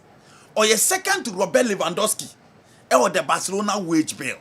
Now say you open is on say ya bomb match a we am obi a cat match ya ye boy ye dear. And then the Frankie de Jong a win here. And two things in open number one, say you any football and no ye discussing with her. Ye jaji a game ne beba be si o share say ye jaji a game ne beba be o assist say eno ye key in judgment recently I test na ba be the third one because so be a pe wachiri kwan a o boss wa the statistics na all he eno no person in saka ansa no watimi e de ajejo say o person na ma na unya from Frankie de Jong because Frankie de Jong no how many times can no get closer to the opponent 18-yard box. Again, within the Barcelona team. So also we are arrangement and that's also by positioner. He is the number 6. And in this particular role, he acts as a central defensive midfielder. And since we honor they defended Yama, whether Femi Lopez, Daniel Obo, or Abrantia, your friend Pedri, he just behind Pedri. And today be an game, a revolve in front of on 118-yard box and the central midfield of the pitch. And who Frankie Dion baby goes Okohen who I'll be back up. Oko who say or the final pass to the striker, Ubehune back up. Intinden no nyadia odibe huno. And again, the role now all bottom e man yedin. Se game no be hu say o influence game baby. So okay, Frankie Diona. In Ayas, he is second to a laser scone. No enable. Even in the Dutch national team, or next to a Ryan Gravenberg. Into the BR the honor, he detect the tempo or your tempo controller. Or no net said your ball enko benkum, enko brel, enko fast, yen fanani home, yen try home, yen recycle play, and only idea who from Frankie Dion. But in Barcelona, that role has been given to Abrantia, your friend, Pedri. And in the role, Nankasa onim ye, onimbo, odibe hun wo game move baby, and said, oh, Saro no Pedri nebo. And to what here Spain. And in Netherlands, the UEFA Nations League, Sadan or Spain midfield team on the field of play because or a Sally will rule now near Diamond. It was between him and Pedri. Now my Pedri a small boy in that particular game. But in Barcelona, the role had been given to a different player. In the end, in so and you know, the moment that open two players with the same profile, no, Bakobe P. Into ya check teams no more double number 10. No. Check Belgium national team with KDB and then Eden Hazard. She Neymar and Coutinho. She Ronaldo and Kaka. She Rivaldo and Ronaldo. Who said there be a double number 10? No. Bako ira na bako pie. Look at the recent Manchester United team. Who said bako ira na bako pie. The same thing applies to central area if you decide to pair both players with a similar profile. Bako ira na bako pie. Into the opening candidate. So person Frankie Dion. A boy no influence game the Adinoa. Give the Pedro role to him, and yes, idea it will be difficult. So be who's Abrantino or influence game to say your peso hono. But say Joe, so opo central midfield. Now Jessica Kessie say idea easily. Obiati Echiras Ano Beckham because o check all the top teams in the game. Very few ones now be who say players are omuma goals. Players are yabo omudin and team with the omuno omuna Jessica Kessie. Go to ATM. Giano Black and the Jessica Kessel or Nidiano the odd one out. And then no Ababina will be to say Julian Alvarez. Ababecaho. Real Madrid it is killing Mbappe. David Alaba the odd one out. Very soon Vini Jr. will overtake him because in the last season go to Italy. It is Lautaro Martinez, it is Dusan Vlahovic, it is KDB in Napoli, come to England. Raheem Sterling and Sergio Okobe Bia Mo Salah. Ellen Holland, all the big guys, all the attacking players, because game, omuna ye point bomb din, omuna influence game, and we have Frankie Dion, now the noble central midfield. Now the 365,000 euros a week. You expect that level of criticism again on same free speed. So that backlash and that bash, obviously will come on board. Andy, do you think we really give much reverence to the defensive midfielders? Said already can say starts and I limit the money in terms of sending per se. And the okay the sale of Makalele to Chelsea. Yeah. One of the things Mazidani Bufu because he saw that the game revolves around him. Even at a point in time when Zidane retired from the French national team, Mopeso back ahead of Germany 2006. He told them so Mopeso back. I'm convincing Makalele no son count. So at times we don't give much reverence to those kind of players, So Sergio Busquets. And the one analysis waka one, but as I said, Juma on bay bebia yema final pass in the final third for you to expect good sebebanti yem lay and I am placing much importance on them. Sergio, for me, I think Frankie Dion is a top player. The difference is that all those players that you mentioned have different profiles. Yeah. And the work rate and the kind of work offer team on the field of play is clearly different from Frankie Dion. Casemiro, Makelele, it take Real Madrid about 10 transfer windows. Or man team replace Makelele. Now after Sergio Busquets, Barcelona is just trying to have 2 players to replace him. It's still not working in the European scene. In the domestic scene, Frankie de Jong and Pedri are all over the place. But when it comes to the Champions League, Barcelona and team here, it is all for Michael Essien. It is the reason why from Claude Makelele, Michael Essien, N'Golo Kante, Moises Caicedo, Chelsea are go through the ranks to replace those players with similar profiles. And the it almost said the game give you so much premium to them. But presence you felt on the field of play as compared to Frankie de Jong. And all those players, it almost say players are what the skill, flamboyant, that is the word. But opinion how important those players are. They are mostly good without the ball. Exactly. That is where you see them. They eat the spaces, clear the lines, cover the spaces, intercept and interrupt play. But Frankie de Jong, so Ochane ho, Pedri be offer twa ho no, obefa offer fana pass, obesa offer go. She go na Pedri say again Levante no. Nti ewia de Frankie de Jong be no. Pedri be yes no sa de go account. Nti obi anko kai de no. That is the difference.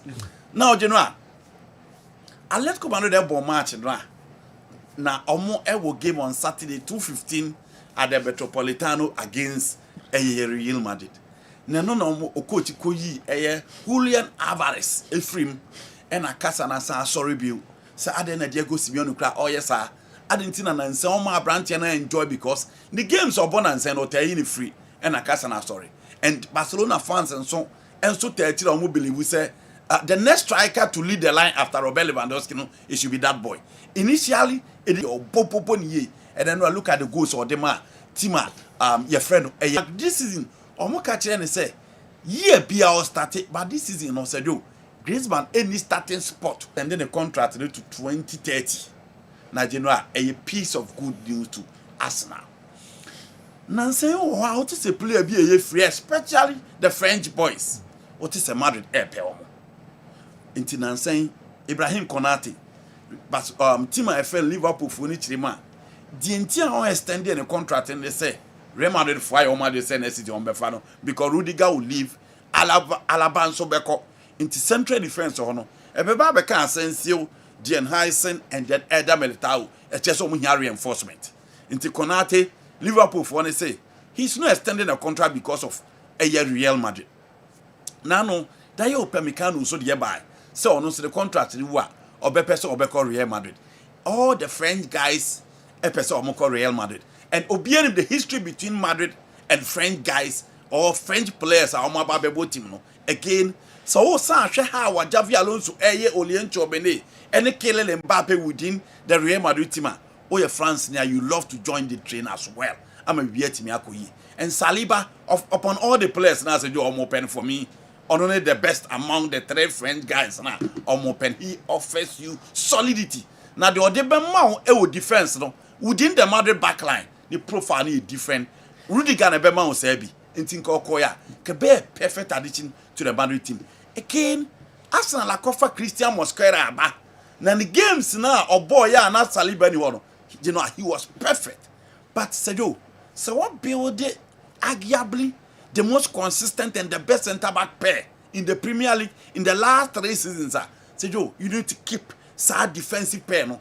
Because in the Premier League, few teams na team be. Na teams no mo team anya be na the chocolate success. Sejo, the Manchester United pair of Jastam and then Dennis Irwin.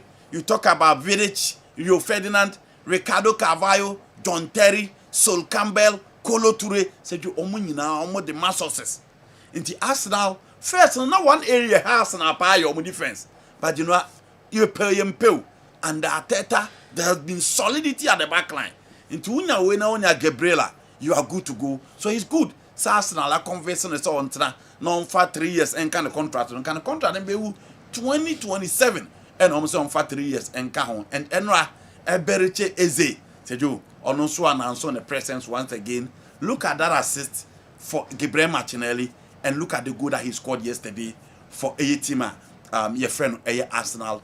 Once again, the rotational policy for any of the big teams, you know, Juma. But for me, he did well yesterday. And Manchester City, 2 solid and quality goals from Savio and then Abranti AFA Foden. Gradually Foden so pick it. Season, you know, and the last season, you know, cry. But this season, or pick it, crack. Pep put him in the you, and you could do so. To say the Brighton show, but to say the Tottenham was special, they were outplayed by Arsenal. But at least, team secure a draw in that game. I think Cestel and preseason are enough for Pep or warming itself up and over the top teams in the game. It looks as if Cesar are careful. You be saying your mom G League last season in Beji. PSG in France, Napoli first in the Syria, Real Madrid, even with all these and some I can't find Madrid also almost a good season. No.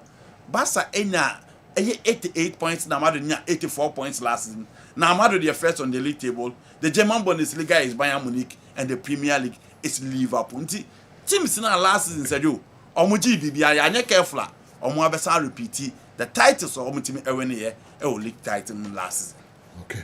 The contract extension nature say want to move on now. Obetimi move, but Real Madrid and your Madrid say, Omu this care because wait mistake. Oh, okay. The first year the Obiabu being just no No, I'm looking at the contract extension as well. The quality of Kepa was around 72 million pounds. Yes. That's how time they turn with South figure no deserve. Debbie. Donnarumma is around 20 million. Chelsea. Okay.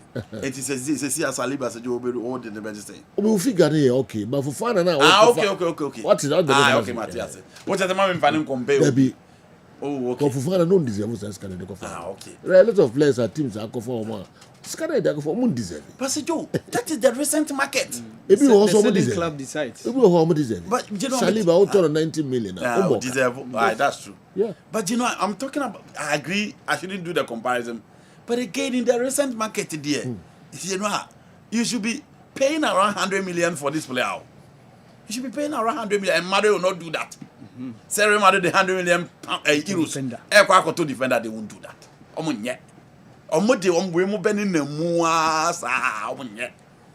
And again, their business aspect and issues when midfielder to defensive midfielder, not a rigid one, but a flexible one. You can't judge him with numbers now. His positives is how he changed the direction of play. How he changes the direction of play. Jeff, what do we feel when she and so Abeka and Sa and Anopay? Mamma Hasuka Krabi na Yantua Swe. The Eka any ni boxer shorts. Listening to the show with Dr. Leet, and he's nodding his head and laughing. Sir Franco Naro to the world. MC Backwell, Kombolo, anyway, and so Abba. The Naro with my mini boxer shorts and says, well, okay. Ashraf Hakimi story. Dr. Leet, I mean, Chow, baby, I will be a Chow, what was it? Your Chow Pie, my Yakonso, Papa, Opening Fred, Leet. We're free. Oh, sir. I see. Okay, 1 week in the crab.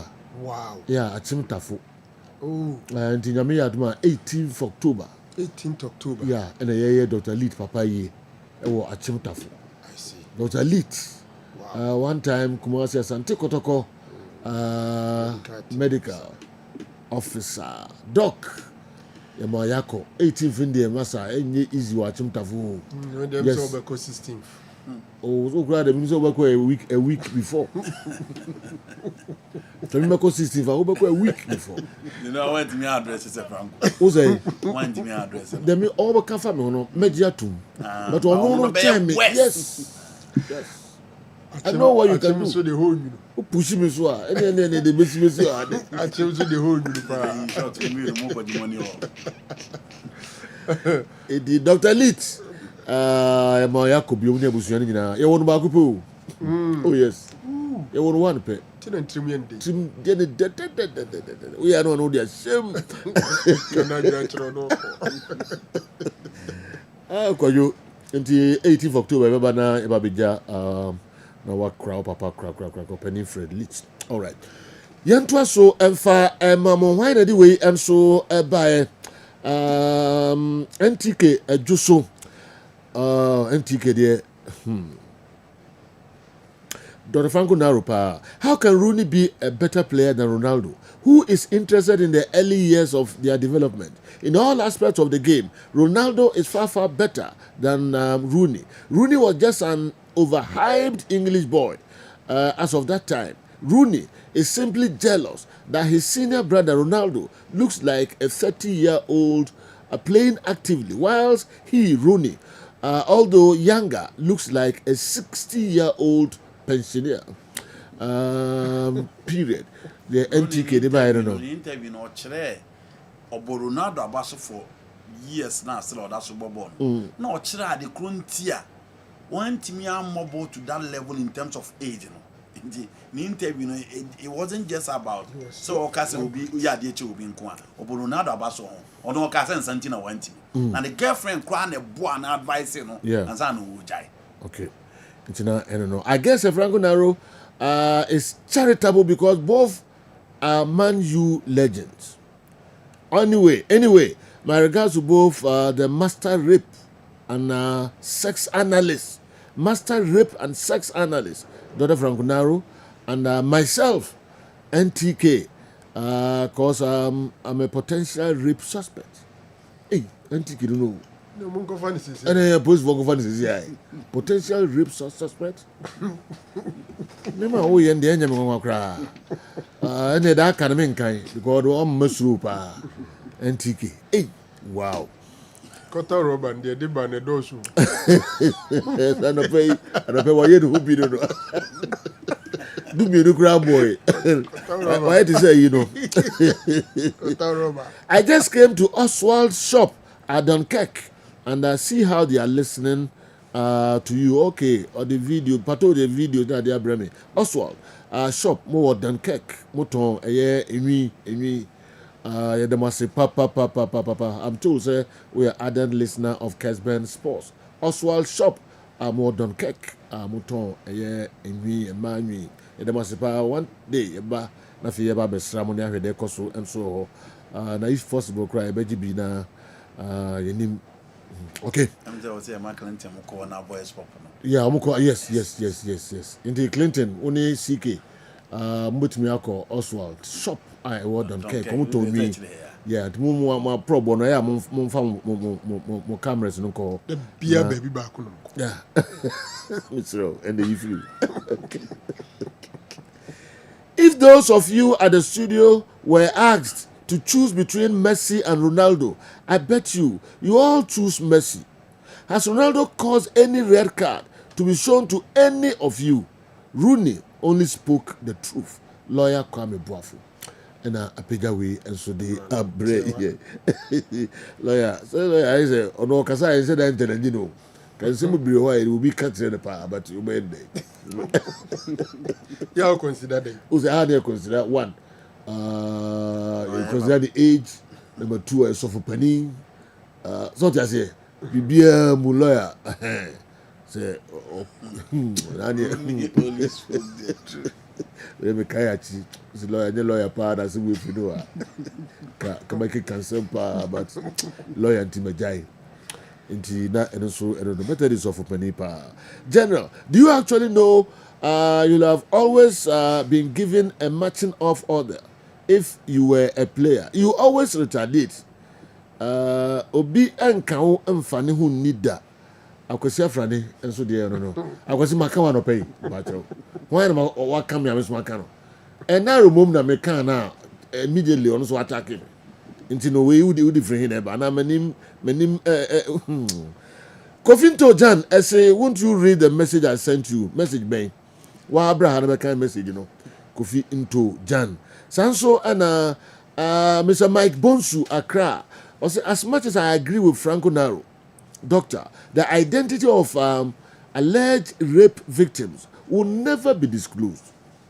One school of thought is that very good lawyers can get alleged rapists off, even if they've committed the act. For example, O.J. Simpson was acquitted of murder charges despite circumstantial evidence presented by the prosecution, thanks to his team of crack lawyers.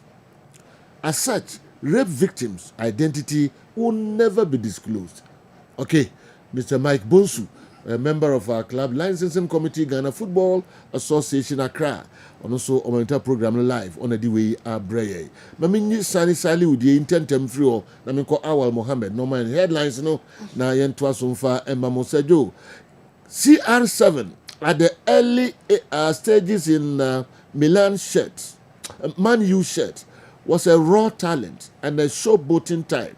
Rooney's wonder goal at the age of 18 in Everton's jersey unveiled him into the world of football. He was a direct type. If skill set is only about dribbling, then it's Ronaldo. But if it includes all kinds of passes and purposeful football, then it's Rooney. Viewers want entertainers, and so CR7 will come on top. Will come top on their lips regardless. Okay. Sani Saliu Nadiwe, and so Abamba Beshe other messages no. Kuku dampa. Kuku dampa. Nyuma kuku dampa. And Omaba Beshe asema the midfield action programming yade bro na omoba yeno so no omodi adanse se omanyahu emfaso papa to yeden kan ho fa ho bedom eye midfield action program no na unu hu da. GCB Bank, GCB, your bank for life. High cents, everyday prices for everyday people. MTN, everywhere you go. Me low, energy to go further. And I pay my bomb bear 2 cars. And I'm hey. Our Mohammed family low and need a grow crack. Ya kase pano kesiye. Akushia. Na ni tea no no so de ni milo no no ana a trader ho. Sa de ko dia trader no milo. O de a trader no milo. How? No buku anu so no de abom. Awa Mohammed. Kono wa to ahye aduane no so a. No ti ni kosu ade maka ho a. Milo and you can't blame him. What an energy. What an energy, oh yes, apart from no okay. Milo, energy to go further. Almost come home, you did bro. Toyota Company Limited, Ghana Drive Toyota Starlet, Pepsodent, Pepsodent Herbal, Pepsodent Charcoal, and so Abba. DSTV, your home of entertainment. Jabin Rural Bank, the best rural bank 2023. Chamber of Commerce, that is Abasubudi, at the Amajabin Rural Bank. BOG Clinic, Ajaba Jewelry, Hebasol Company Limited, Pimsan Company Limited, Genjimen Dental Clinic, Yakson Herbal, Kojak Pharma, Patrick Natural Herbal Clinic, Ochia Herbal, Divine Hope Herbal Center, and Akofa Ochia Herbal, and so they Aba, Easy Waterproof Paint, Karinstic Ventures, Piwak, Nakofa 3P, Garlic Mixture, and so Abreye, Kingdom Herbal Center, Frana, Smart Solutions, Bayport, Savings and Loans, The Luckiest, and I say Tonchi Herbal, Tonchi Herbal Capsules, and Akofa capsule Mwangaswa. Esa mema ya dia hudu opi. Franco Naro. Obana kase osan bra edin bra na onsa de dan kom na otude onsa nam ne sisi. What is wrong? Naro. Adey. Abi. Wa onu must dey na branch here. O obafa ofre hiva. Obafa ofre. Oh Abi, we are serious. No, stop laughing. Obafa ofre. No me say. No buy no see. No say baba. I'm sympathizing, mama. No, I say my time was, and I'm sympathizing. And I say, oh no, class of family woman. Oh no, catch us on family woman. They be about on the room. Pacho, David. And Tina was to say, and I'm sympathizing you, Mate. In all year day. And I say, me didn't even am today, but only kind of did it. Was it did him? Oh, Padiare, okay. But of course, and Okute was so him. Also, Mensa. Also, sir. No, said inside that one, but here. And what didn't say on all chum. Oh, okay. From Yano, okay. And I don't have a good woman. The okay, the moon and anything. Miss Only. Once I bet in another, remember. Once a baby, I'm Nubia, sorry, without our Mohammed. Or Abraham, sorry, our, you want to make it. May you free. Our my headlines kakra. Ade na why sir. Obi obi na de ba. Bacho metimako. Oh sorry ko. E ma hakra bi. Me kwa eduma. Ko baba. Uri nya me ko. Na you justify na say to aso. Okay. Enu papa bi mo ha na ode ne baba e.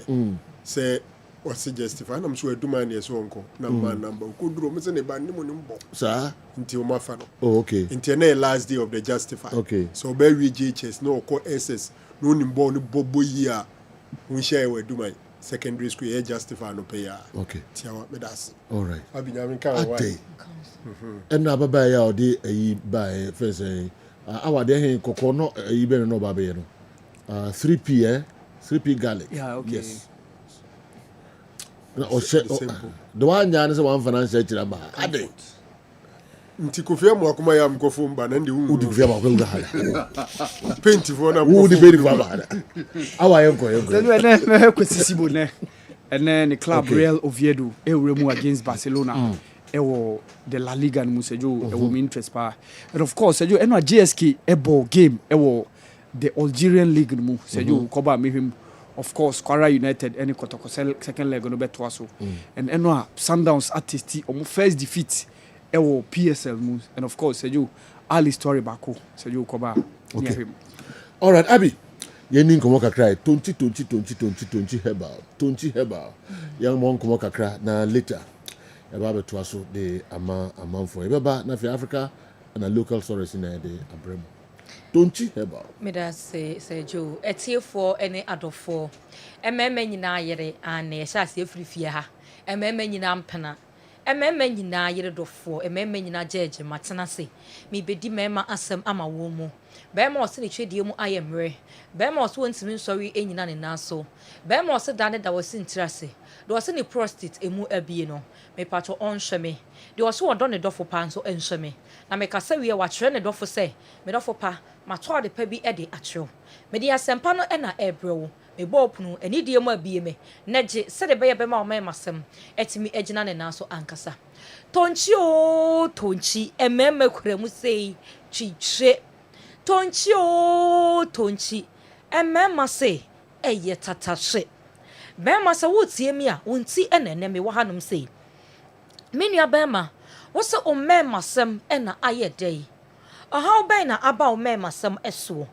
wo de boy ani ana waje mu ohunsuo mu na ayemre ohunsuo agene ontɔhwe ne nso a mepatwa na ho ɔde nsɛm ɛwɔ fam wo yɛ adwuma na taw no yɛ nte medɔfo mekanfo adura yɛ frɛ ni tonchi herbal capsules ɛde amount tonchi herbal capsules ɛmɛmɛ duro papapa menua bɛma wo tie mi a mepatwa de wɔ se ɛnɛ ɔne wo bi wɔ match anwumre yi me ne wo tonchia kɔtɔ tonchi herbal capsules ne bi na yi mienu nom na mom din kan pɛ duane kakra edi ansa na wanom yedro no eye habama o eye bibiduro krogen eye nubra eboa mema wo moma masemu eboa ma entini na ahoden eba mu yakeka nubra habama nya aduro ba akopɛ ne yede ayo na mom habama nubna ne ehini ene yakeka aboma yede aye aduro a ye frɛ ne tonchi eba capsules eno nti me amete amese bema wa no oba wo mpaso agudie enanwumre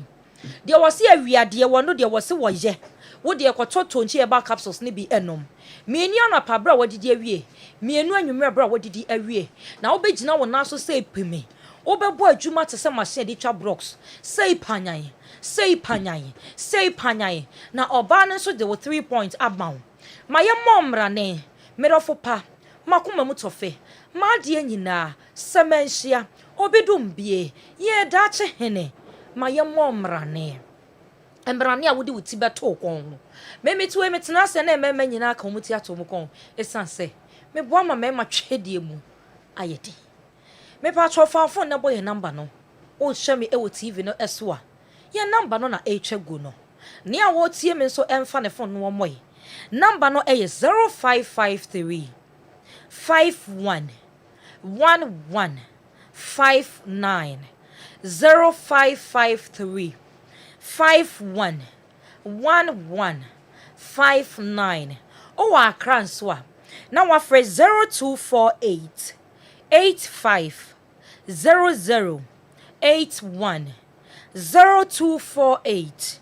850081 tonchi o tonchi emai monto na modofo nom ennom no momfa nom me nua ba wotie me a wo se wodofo de bo ania na wagye mu enye wono a emfa baabi a na emom koto tonchi e ba capsules ne bi ema no na obobo adwuma mo wanka se woni beje na da ne da wo bebo ne mrane wo beka se wo bema mu bema na ema bema bi behwi mu dofo enko o hwimbre e na yewom no bema de bo ania na wagye mu afin so hunsuo no agyene ontohwima ba no ayemre ahoden enim bema de wudi mpaso agro a wokosoro ba fo matawtaw no ma yente ne nka de yente ne tawtaw nka no na kyerese ne ntohwe no amoa ohaw bi abamu me patro me kanfo tonchi e ba capsules e de amount say numbi na emu ama ahoden emra ntohwe nim se de be ya emu aba na ahoden bebam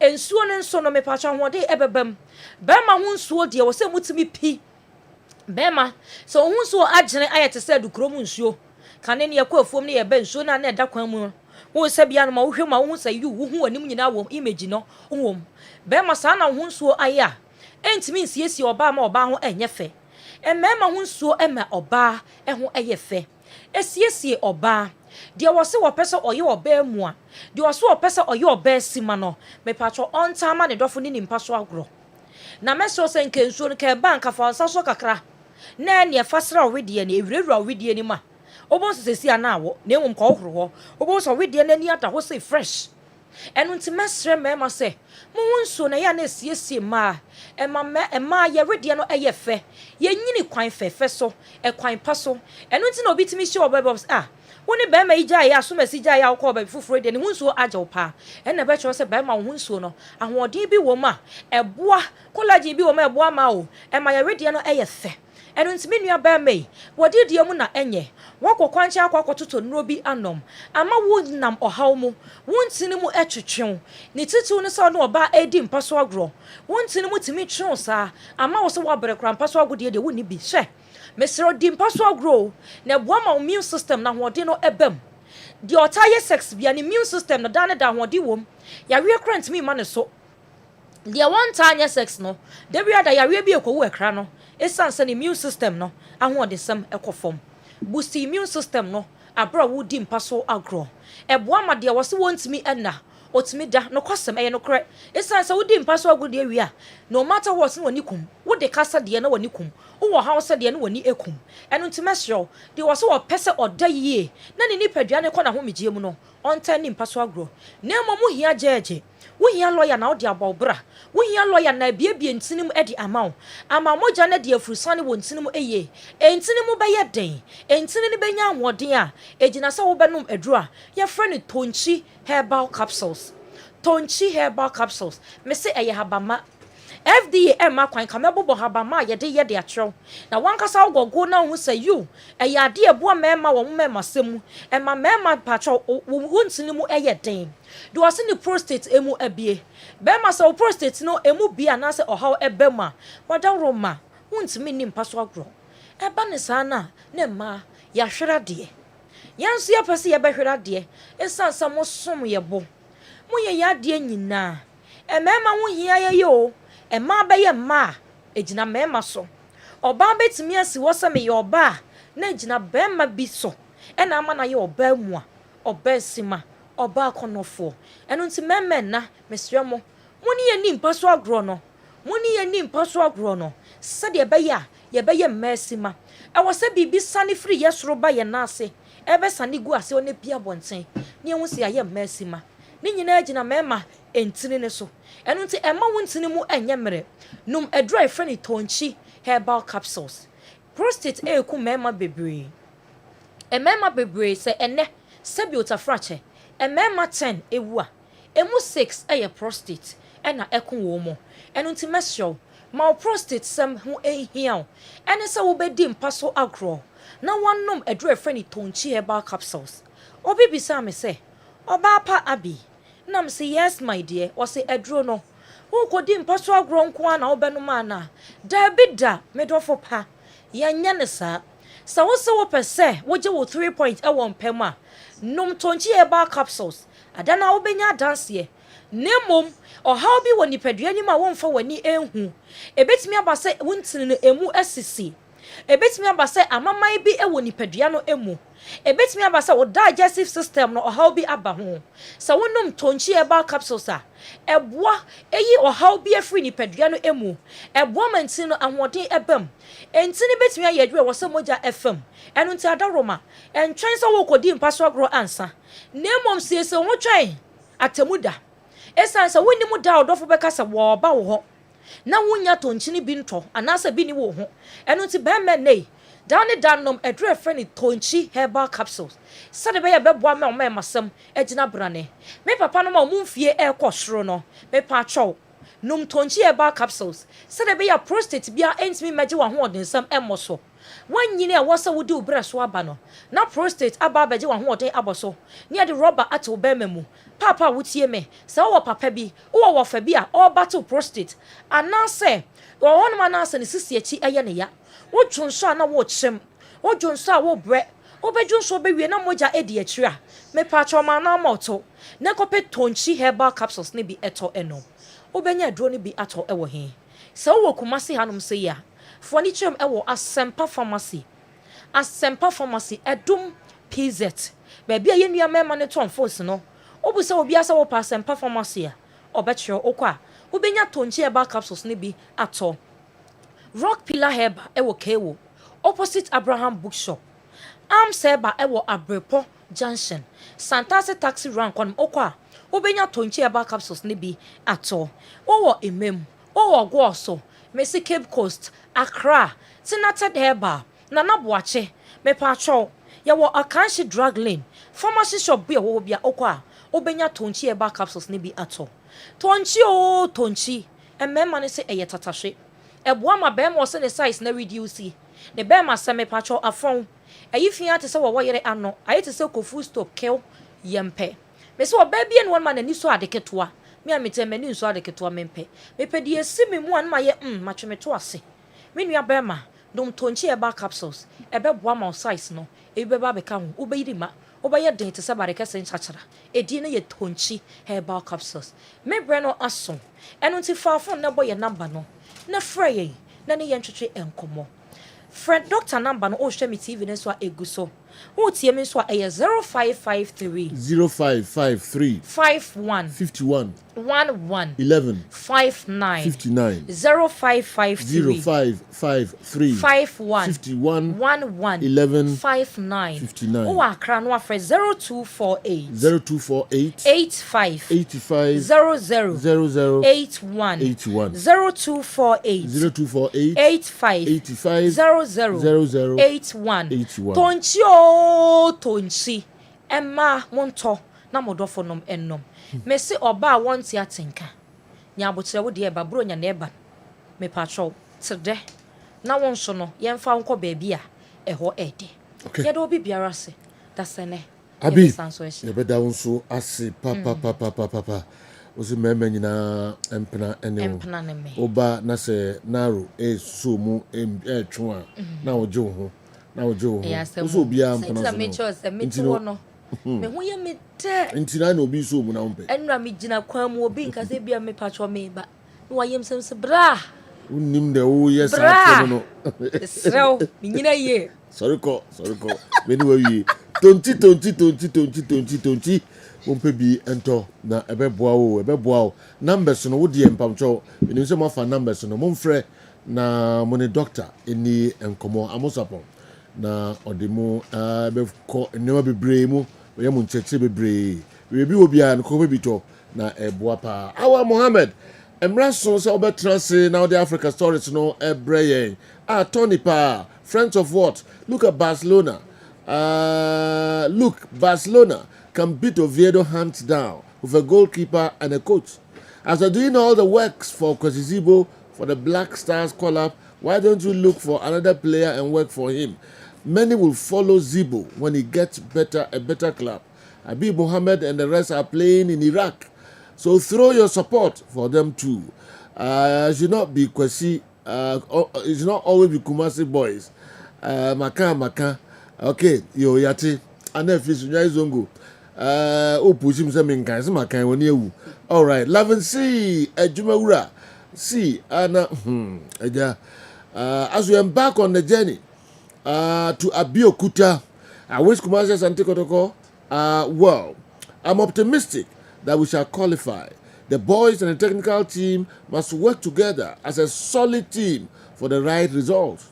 I still feel Kumasi Asante Kotoko will need a blow in this crucial encounter because of the intensity. I always prefer Tinedu to the new guys in the DM area. I wish Zito will position Samba in the DM area with 2 center backs behind him to seal the defensive area as he did at the latter stages of the league season last season. Okay, all right. Let me see. The Rudian so Ebesia Jumura. Also there no. Jumura tactical analysis of the game. I say game was full of Yeah. Do him the Oka. It's a very tough game and you ever how very tough. Will match Kwara United. Say you can't last week and say the last time will be Babe share 3 was a sick. But said you no Timi share Kotoko. Okay. And no share Kotoko. Aha. But when they share 3 but Kotoko defeatino. So the level of how they concede, no, say goals are outsider and foreigner. They have 2. Yes. A sec. Yes. Since Abdoulaye Traore mo time no, Ibrahim Akoni, Abdoulaye Traore, Alain Guamen mo time. Say you ne bin sida. Say you obi kachre obi se Kwara United ne team e betimi a share 3 against Kotoka. Ebeye bibre wawa.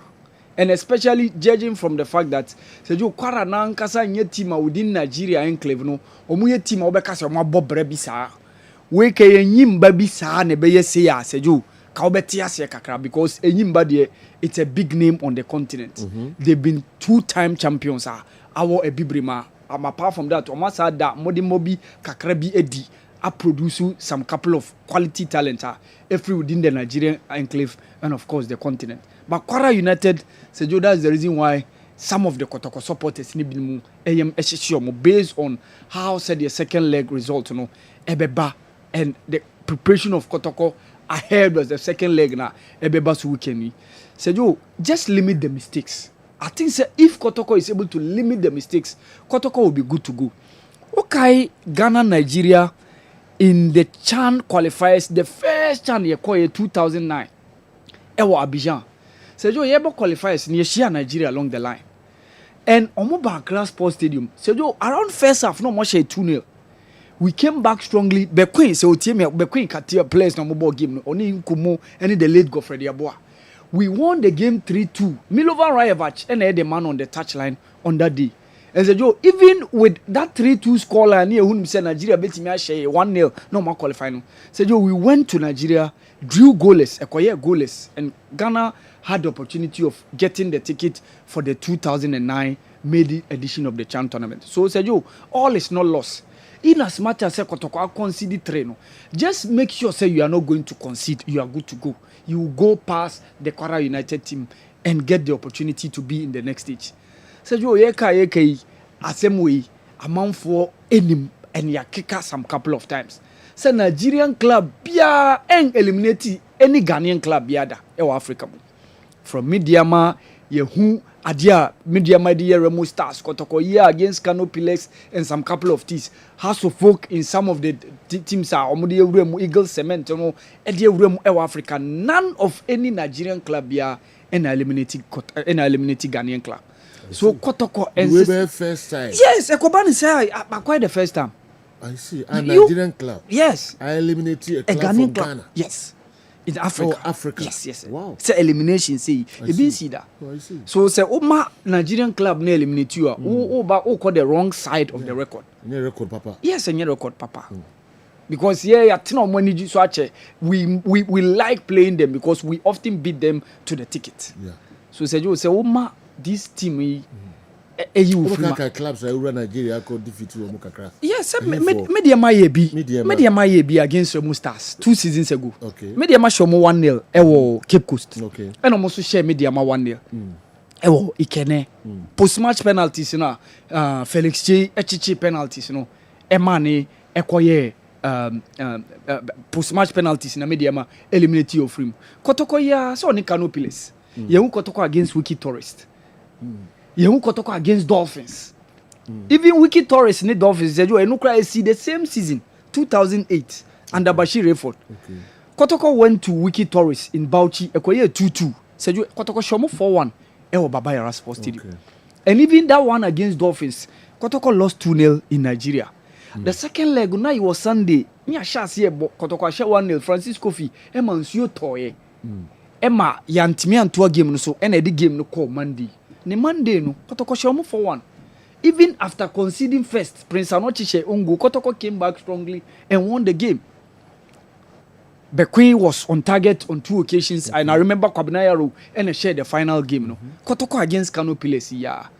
And Yehu Bendel Insurance against Kim Faisal in the 2005 CAF Confederation. Yehu Bendel Insurance against Kim Faisal. So Sejo Echiro said like even though has ne Eagle Cement no na group stage na enye udi any lobby stars no a group stage of the CAF champ. Has Eshe lobby stars 2-0. Ewo CAF Champions League. Ni has Ejeno 64 battalion. Mu shomu 2-0 wakra. Esa shomu 2-0. Eno na group stage. Na eno enye eliminated stage se ya. Yes, ni ya Nigerian oppositions. Yes. So Sejo ye timi omo. That's the reason why a man for ebo like ebo Kotoko echi say how do you concede this number of goals no? Yeah. Oh the how like Sibia almost concede the level no and incidents are leading to those goals now more conceding say Kotoko anko manima almost say Ghana. Yes, Ejo. Record. Yes, Ejo.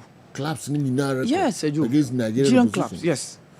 Okay. Yes, Ejo. I hope the players need to. Yeah. And wait, and no necessarily somebody show mutrim say enyo mo mre eno mo bema this kind of record esi. Okay. Yes. Okay. Enyo mo mre eno mo bema this kind of record esi. Okay. Ewo the CAF Confederations Cup no. In as much as said the next hurdle no no, but Sergio when they must make sure they grind and Sergio me confidence Kotoko betimi you me very very confident.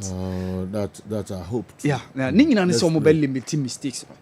Sergio the kind of determination Kotoko went to BBN any goal stars boy in the Super Cup no. So mo betimi the same kind of confidence making sure say obema o backline is solid. Limiting mistakes. Much chances to the Kwara United like how they gave them last Sunday. Seju Kotoko should be good to go. Kotoko should be able to eliminate Kwara United. In as much as Nkofono enya 3 away goals no ano. Unfortunately, said the wedi kankano away goal no eye adwuma wo Africa ha. Seju amanfo bisa ho asem and I remember I have some couple of calls on this issue. Senior Oko Europe or UEFA Champions League no more goals any more competitions Conference League away go enye juma. Ye had the away go enye juma. So say we lose ma obinya away go no show back compare na mienu pe depending on how say there's a result no be pair away go no eba mana nya superior advantage over you. So say Joe if Kotoko lose 1-0 2-1 3-2 Kotoko is out. Seju any of these 3 results are medical cano 1-0 2-1 3-2 Kotoko is out. Okay. Because Kwara United will on that score no umbenya away go advantage eno ewo ahead of Kumasi Asante Kotoko. Seju eno JS Kabylie so ebo omo match week 5 ewo the Algerian league no okay say omo ni MC Ojade no ekoye game a standing postponed because eno no went me ambo. And about the first 3 games against Olympic Akno and then FC Makbu and then the 2-0 defeat Omonia against MC Oran before touching down to Accra. So Sergio, it was the match week 5 in the Algerian league against FC AS Mostaganem. Sergio, it was a very very difficult game for JS Kabylie. And Osasha JS Kabylie opponent the other goal post Sergio, it was a certain Rais Mboli Algeria goalkeeper tuntumna washe abuamo mamaji AFCON in 2019 and of course Jamel Benlamri, one of the top guys at the back line for Algeria during their victorious 2019 squad amoji AFCON ewo Egypt no munyina eka opponent of JS Kabylie team no AFs Mostaganem. But Sergio, JS Kabylie managed to have that narrow win courtesy Ayman Mahiosa and Okoye the only goal eba in that game eba so eno JS Kabili so Sergio afei no ma winning omo first league game omo league no Sergio even before that they came here and beat Bibiani Good Stars by 2-0. Omo nya advantage because they've already won the first leg and playing the second leg at home baby omo convenient omo nim pitch no omo place obi abewo ho and omo fans esa abewo abaki omo Sergio Major say JSK be more confident going into the second leg omo ni Bibiani Good Stars ebebo over the weekend the CAF Champions League second leg no JSK is still in the driving seat and Sergio they look set to get the ticket to progress into the next stage of the CAF Champions League and no Sundowns Elizu omo first game omo PSL no Sergio omo adamode moadi and omo modem mo so ya na soro they seems to be riding on cloud 9 winning 8 league titles consecutively within the South African PSL obia ntimi omo Orlando Pirates Kaizer Chiefs obia omo kanishe SuperSport United but Sergio eno against Black Arrows it wasn't a good day for Mamelodi Sundowns and they lost their league game for the first time in this season after no manya omo tasty omo first defeat Sergio eno game back also ekoso CAF Champions League no it was Stade Abidjan of Ivory Coast against Côte d'Or of Seychelles Island. Now Stade Abidjan win game no by 3-1. So eno amamanya advantage 5-1 aggregate. Omode pim akọ monim the CAF Champions League. So they will be waiting for their next opponent. In the stage ayeko no utimi win here what it means you are through into the group stage of the CAF Champions League no. And ebe ko Sisibo Sergio against Barcelona. We saw him against Real Madrid and Pandit Obia Bonabaso because omo tactics no real video 4-1-4-1 most often the tactics omo use and now formation omo use and he seems to be the manner or just in front of the back line now Osheldom there are couple of them Sergio one chance but the games are was show a lot of presence within the game but Sergio unfortunately Real Oviedo 5 games only one win penomania only one win. They've scored only a goal. And that was the 1-0 win they had in the third week against Real Sociedad. All the games are Sergio. They lost against Villarreal, they lost against Real Madrid, they lost against Elche, and they lost against Getafe. But Emuno have 4 away games and in those 5 games. This week, game against Barcelona and second home game. The Primera League no. Interestingly, there are some couple of experienced players on the team no. Santi Cazorla wo Salomon Rondon wa Birmingham Newcastle wa Everton wa Mexico wa Sababak. Among for refi Eric Bertrand Bailey at Ivory Coast ni na at a point in time or Villarreal. Yeah. Osawa Espanyol at a point in time. Ono soka Real Oviedo team no. But Sergio result no ensheda nko ye momo 18th on the league log after 5 games Sergio. All is not well, but how Kwesisibo will show his presence in that game against Barcelona in the match week 6 of the Spanish La Liga now. Okay. But tomorrow I'm pesa game no, I know 7:30 and then you may Estadio Municipal Oviedo and as I game no bebe so. Kwesisibo against Barcelona. Yes. Game 7:30 mo pesa game na no.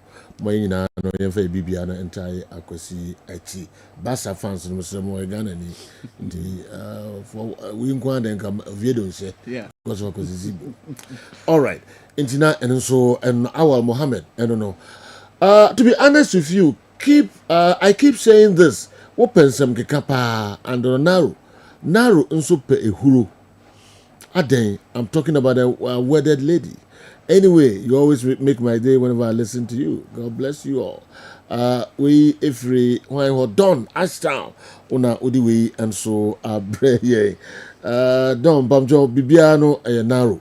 Me de unsa na me de ho keke. Ono na kofa nsem ni nyina de ebaha. Correction please, Awal. In 1975, Enugu Rangers of Nigeria beat Olympics women away. Do you remember that? Enugu Rangers. To eliminate Olympics from African club competition. Check his record. 1975. Okay. Enugu Rangers. Check it. Okay. Well, for Lord, Asokore, Koforidua, check your record. No, why? Okay. Yeah, that's it. Okay, Yantuaso, may call Leicester, UK, the Montfort University, University, Leicester, UK, and away, and so a free ho abre, Dr. Moses Agawena, Kwamiki at the local source no, and a brain. I'm praying that Kosizibo will feature in today's game against Barcelona, even though I'm convinced that my team Barcelona will beat Oviedo, hands down. Nonetheless, I also hope that Sibo will give a good account of himself to cement his position in the Black Stars team. Dr. Moses Agawena, senior lecturer, the Montfort University, Leicester, UK, the Abreye, no. Emredu say Kwamiki, at the local source no Abreye. Na makofa nkrato kakra efi Niwat Scientific Herbal Clinic na ebewe ya Miki di efisem no beto aso. Niwat. Ushafwe mwakwaba eba Niwat Scientific Hospital. Ye a team of medical scientists. Aya create ya boom. Ye di infidie nwaso. Eye adwuma o ya so hasi. Ya so ha de. Nyesa oba ya sabi. Ni atam edu di amount. Se di kokono. Na emu ye do to afidie so. Me afidie ye omu hwehwemu.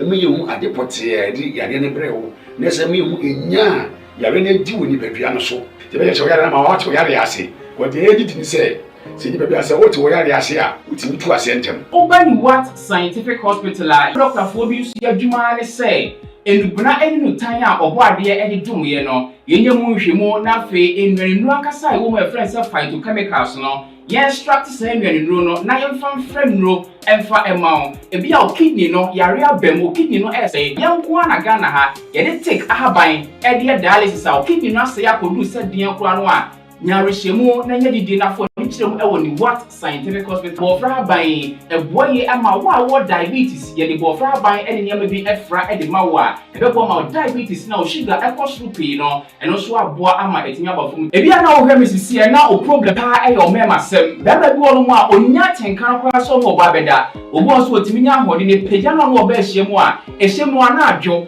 e no obo so atese ne bema no ensore kura ebi na e no bi oda so a wo no yo ba na tieme na se eya wo no problem ebia na fibroid na kosi a wo no kwan ana wa kwa ya sa ya bata si ensu abetata onkosi mu ovarian cyst ana se fallopian tube no e na block ye obebu okura wo sebu ensisi so ni nyina timi sinyi se ho kwan be ma bia na hu nsuo e na wo form nkwaboa no e wo form low sperm count na obu okura be ba be ne hu nsuo mu no na emoa no be friend say spermatozoa no ba kokura we nyina e ha esi awo ho kwan a obani What Scientific Hospital a enfidie de ehwemu be da di amia se problem bi wo no ye timi hu aduro na afi aduane ye be kira ho adi pressure ti amo akoma bo periperi asem kura si ofie timi bo amane obi nso hweme na ne die stroke akawa tompem mo ye kwa wo ye ba wo so timi o kasa na pampai boni de akire ye no halitosis ya de ba ko a ya no wan obi o pewase obetimi akade akire wo a ade be di unya o kasa bia na obi atwene hwene o koda na nyimre o da o jonso antentem e papa mo mpanifo no e free 40 50 60 years e ko ani mo no o prostate na yakase prostate enlargement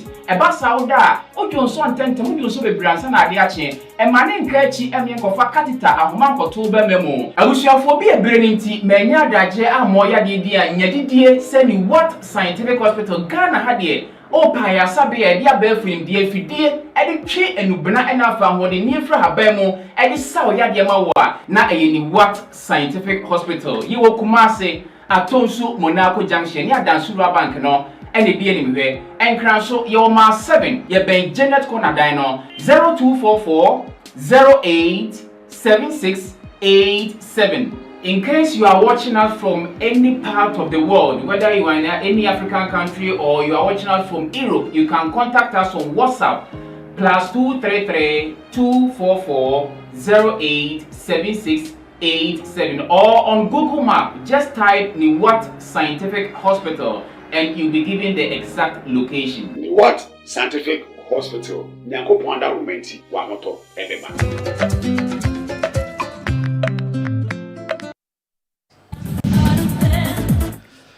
MTN everywhere you go baby abeko biano obetima isu MTN ho na MTN se sabre download my Momo app no ko uyisu iPhone a ko Play Store na kɔ App Store na kɔ download bi sanso ɛna wo use ɛyɛ Android phone na wakɔ Play Store na wakɔ download my Momo app no wo download my Momo app ni wie a each day bia ɛnɛ ɛyɛ Thursday send 100 Ghana cedis wo send 100 Ghana cedis a wo opportunity sɛ sabre sika ye no daily no on sabetimi akabe ɛwɔ MTN my Momo app ni so wo send sika 100 Ghana cedis each day bia wo 3 year from 100 Ghana to 200 Ghana cedis ye betimi asende e the amount wo send sika 100 Ghana cedis de bia weekly no wo 3 year 2000 Ghana cedis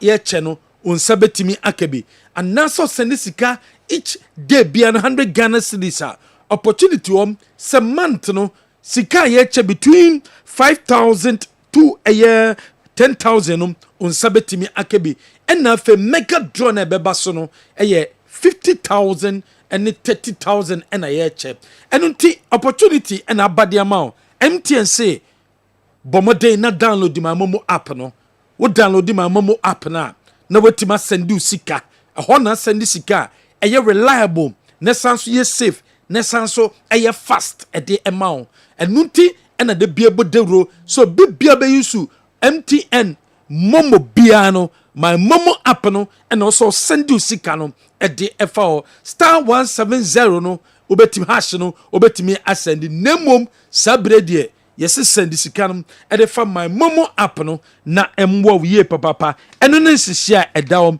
at the amount MTN Momo app no womo se sabre womo na de rapaholic concert no baba so ebo Kumase Babayara Sports Stadium and inti sene so rapaholic jumedie no baso sakwade wo babeto nnwom nansa na sakwade babeto nnwom no shatawale babeto nnwom other artists womo ebedikan ato nnwom ansana sakwade enso ababeto nnwom de jumedie no abana wieye enu ntiemtien se o download my Momo app ni wi am refer nipa bem enum o refer nipa be enum o mo referral na tese sabre de ye betimi achew ticket a betimi regular ticket no na de akwakohwe sakwade concert ni bi rapaholic no wetimi akobi ana so be refer nipa be 20 enu de be ma VIP style ticket ni bi na nso wetimi akohwe rapaholic jumedie no ebi hyene som se jumedie baso Saturday ya ewo Kumase sports stadium one bia jumedie no baso enu ntifa unre mube se de bia achedia MTN for channel wo so nsa ebetimi akabi high sense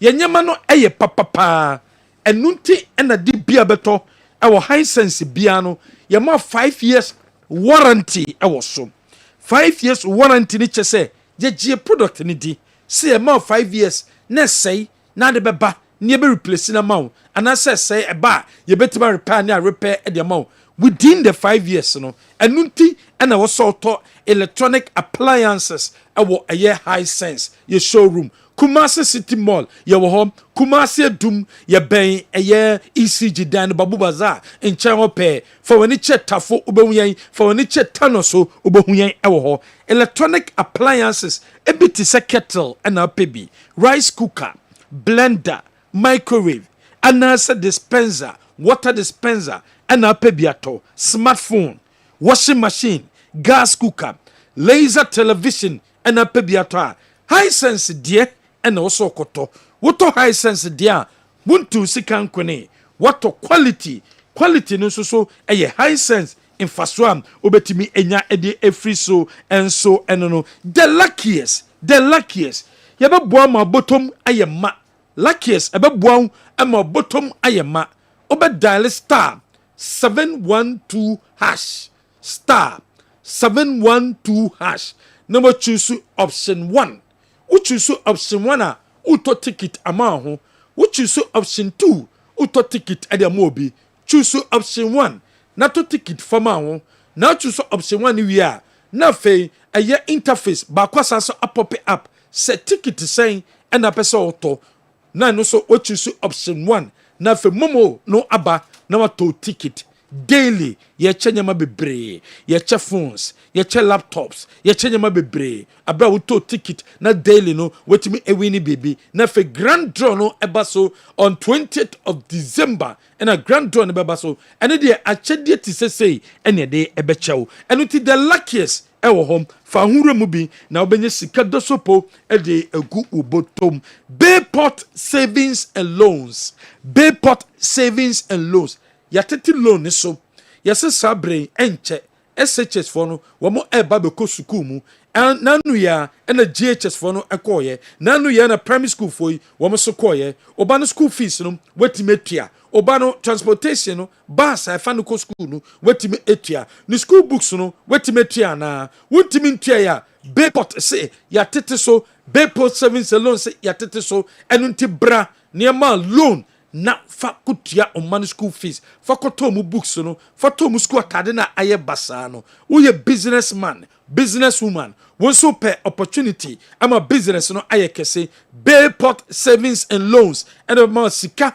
na odi ewura ojumanum anase ojumanum na ma ejuma no aye kese e de ma asem den say no collateral onko fa dan papers mba onkofa car papers mba onkofa sase papers mra enu tintentem hwehwe eye Bayport for so na ko hwe mekira kwan na ko yatete sulo no ko na ko pebi yewo edum yewo amekom wode ni choboase obon Bayport awo bekwai sunyane brekum baabi ani ena goso oduru a Bayport savings and loans awo Bayport your future now odachi no eni baabia eye ne ya mentron kasa me de dachi ena mechele dachi no eye ne ya Bayport emema dachi no eye nei ede amaw Hebaso Company Limited Hebaso do bi anim se eye duru a eboa memma ma enije enunti uyisu Hebaso nso a wonya any side effect bia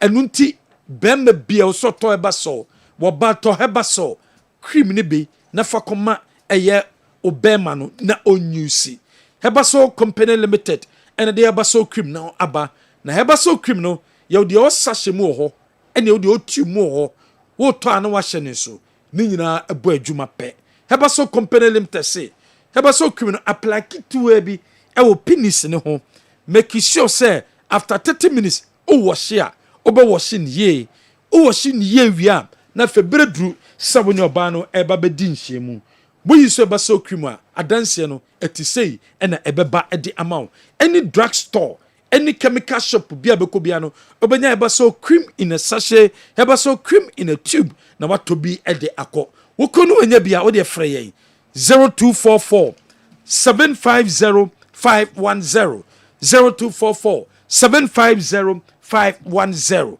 Ejaba jewelry Ejaba Pempe the 2nd Street Edum Ejaba Aston traffic light no ase Ejaba say wedding ring and a pebiato engagement ring promise ring upe chain atu kom upa dia ede ato nsa obana wa hono foforo no ukoda nyame ase upe gudie de sese no a baabi no wo so ko Ejaba jewelry El Pempe the 2nd Street Edum Aston traffic light na se na Ejaba emboa upe white gold and a yellow gold Ejaba beboa amansa etimi akebi your number is 0277 104488 ubetima frɛ Ejaba awo sa number si so wo frɛ Ejaba obeje wo so Kingdom Herbal Center woman na de tremendous capsules no ede abedwa so tremendous capsules no e your bedroom wo bawo num e tremendous capsules a esiesie ohun ye enya watade hyem ene wano a wati no makeup wa ye no ene ma ye oba sima na mom wakoso kuma ho no ho ye neat na che se wo ye oba sima enunti ene also use tremendous capsules pampan na free ho ba no enkoye wo discharge de bia wo de panty liner ena wo hyebi emwa bomade copper tremendous capsules ebema sa problem na face no esu atwa ede amount esese ho no na ba o menses na ba with pain no esu betwa aye tremendous capsules ena wasa wonom wonoma ebema sa problem a o face esu atwa ede amount Kingdom Herbal Center ena de abetwa so women the Kingdom Ginseng Power ede aba usisi na ye wo yanom use Kingdom Ginseng Power mental stress wo hɔ a ayɛ na stress nti w'ani ngye sɛ mpo no wɔne ɔbaa bɛhyia mu ɛyɛ kingdom herbal center wɔmɛdu ɛfɛ ne kingdom ginseng power no ɛna ɔsɛ kopa bitɔ na wɔnom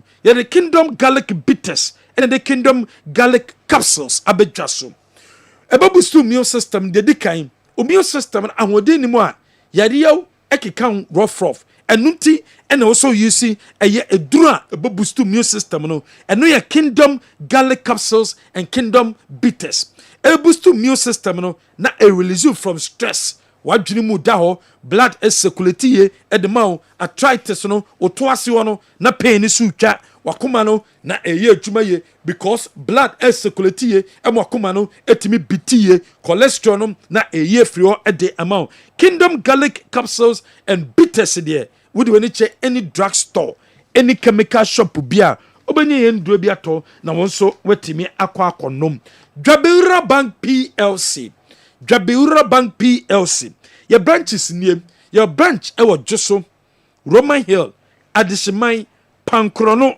Magazine New Road Aboaso Fumesa Onye Sepetimpom Bonre ɛne Dwabin ɛna sɛsɛ yɛbie new branch ɛnso ɛwɔ Atonsu Market High School Junction wa uduru hɔ a wobɛhu yɛn ɛnso ɛwɔ hɔ yɛde Asempa loan abɛdwa so Asempa loan no ɛyɛ ma yɛnnuanom ma ɔmo yɛ adwuma ɛwɔ magazine wɔn tɔn spare parts asafo anaasɛ wode ne kyɛ aboso kai wɔn tɔn spare parts ɛwɔ hɔ no mo na wɔsɛ bɔkɔpɛ Asempa loan ni bi wotɔn clothing and textiles kɔpɛ Asempa loan ni bi okra nyama firi amanone ɛde ba Asempa loan ni bi ɛna betimi aboa wo yɛno da nkyɛn interest rate no ɛda form abɔboa ama business no etimi agro no collateral no commitment fee no hidden charges application letter nin sanya manyama kofa webra there be instantly ujira wa na loan no aye ready ɛde amount Dwabin Wura Bank PLC yɛde Obatampa loan enso aba Obatampa loan no ɛyɛ ma yɛnuanom emmanom yɛyerenom ɛne yɛwɔ faase manom a ɔmo yɛ adwuma ɛwɔ market ɔmo te shop ano o shop no ɛso nyema wɔ mo ni sa kɔpɛ Obatampa loan ni bi na muawo na fa nyema gu store num na obia ntimi ntɔ nyema ne bi o nyema na fa no obodwa business no biem abra wo kɔpɛ Obatampa loan scheme ni bi every Dwabewura Bank PLC number no 0271 409340 0271 409340 wo from number we so a yebeje so Frana Smart Solutions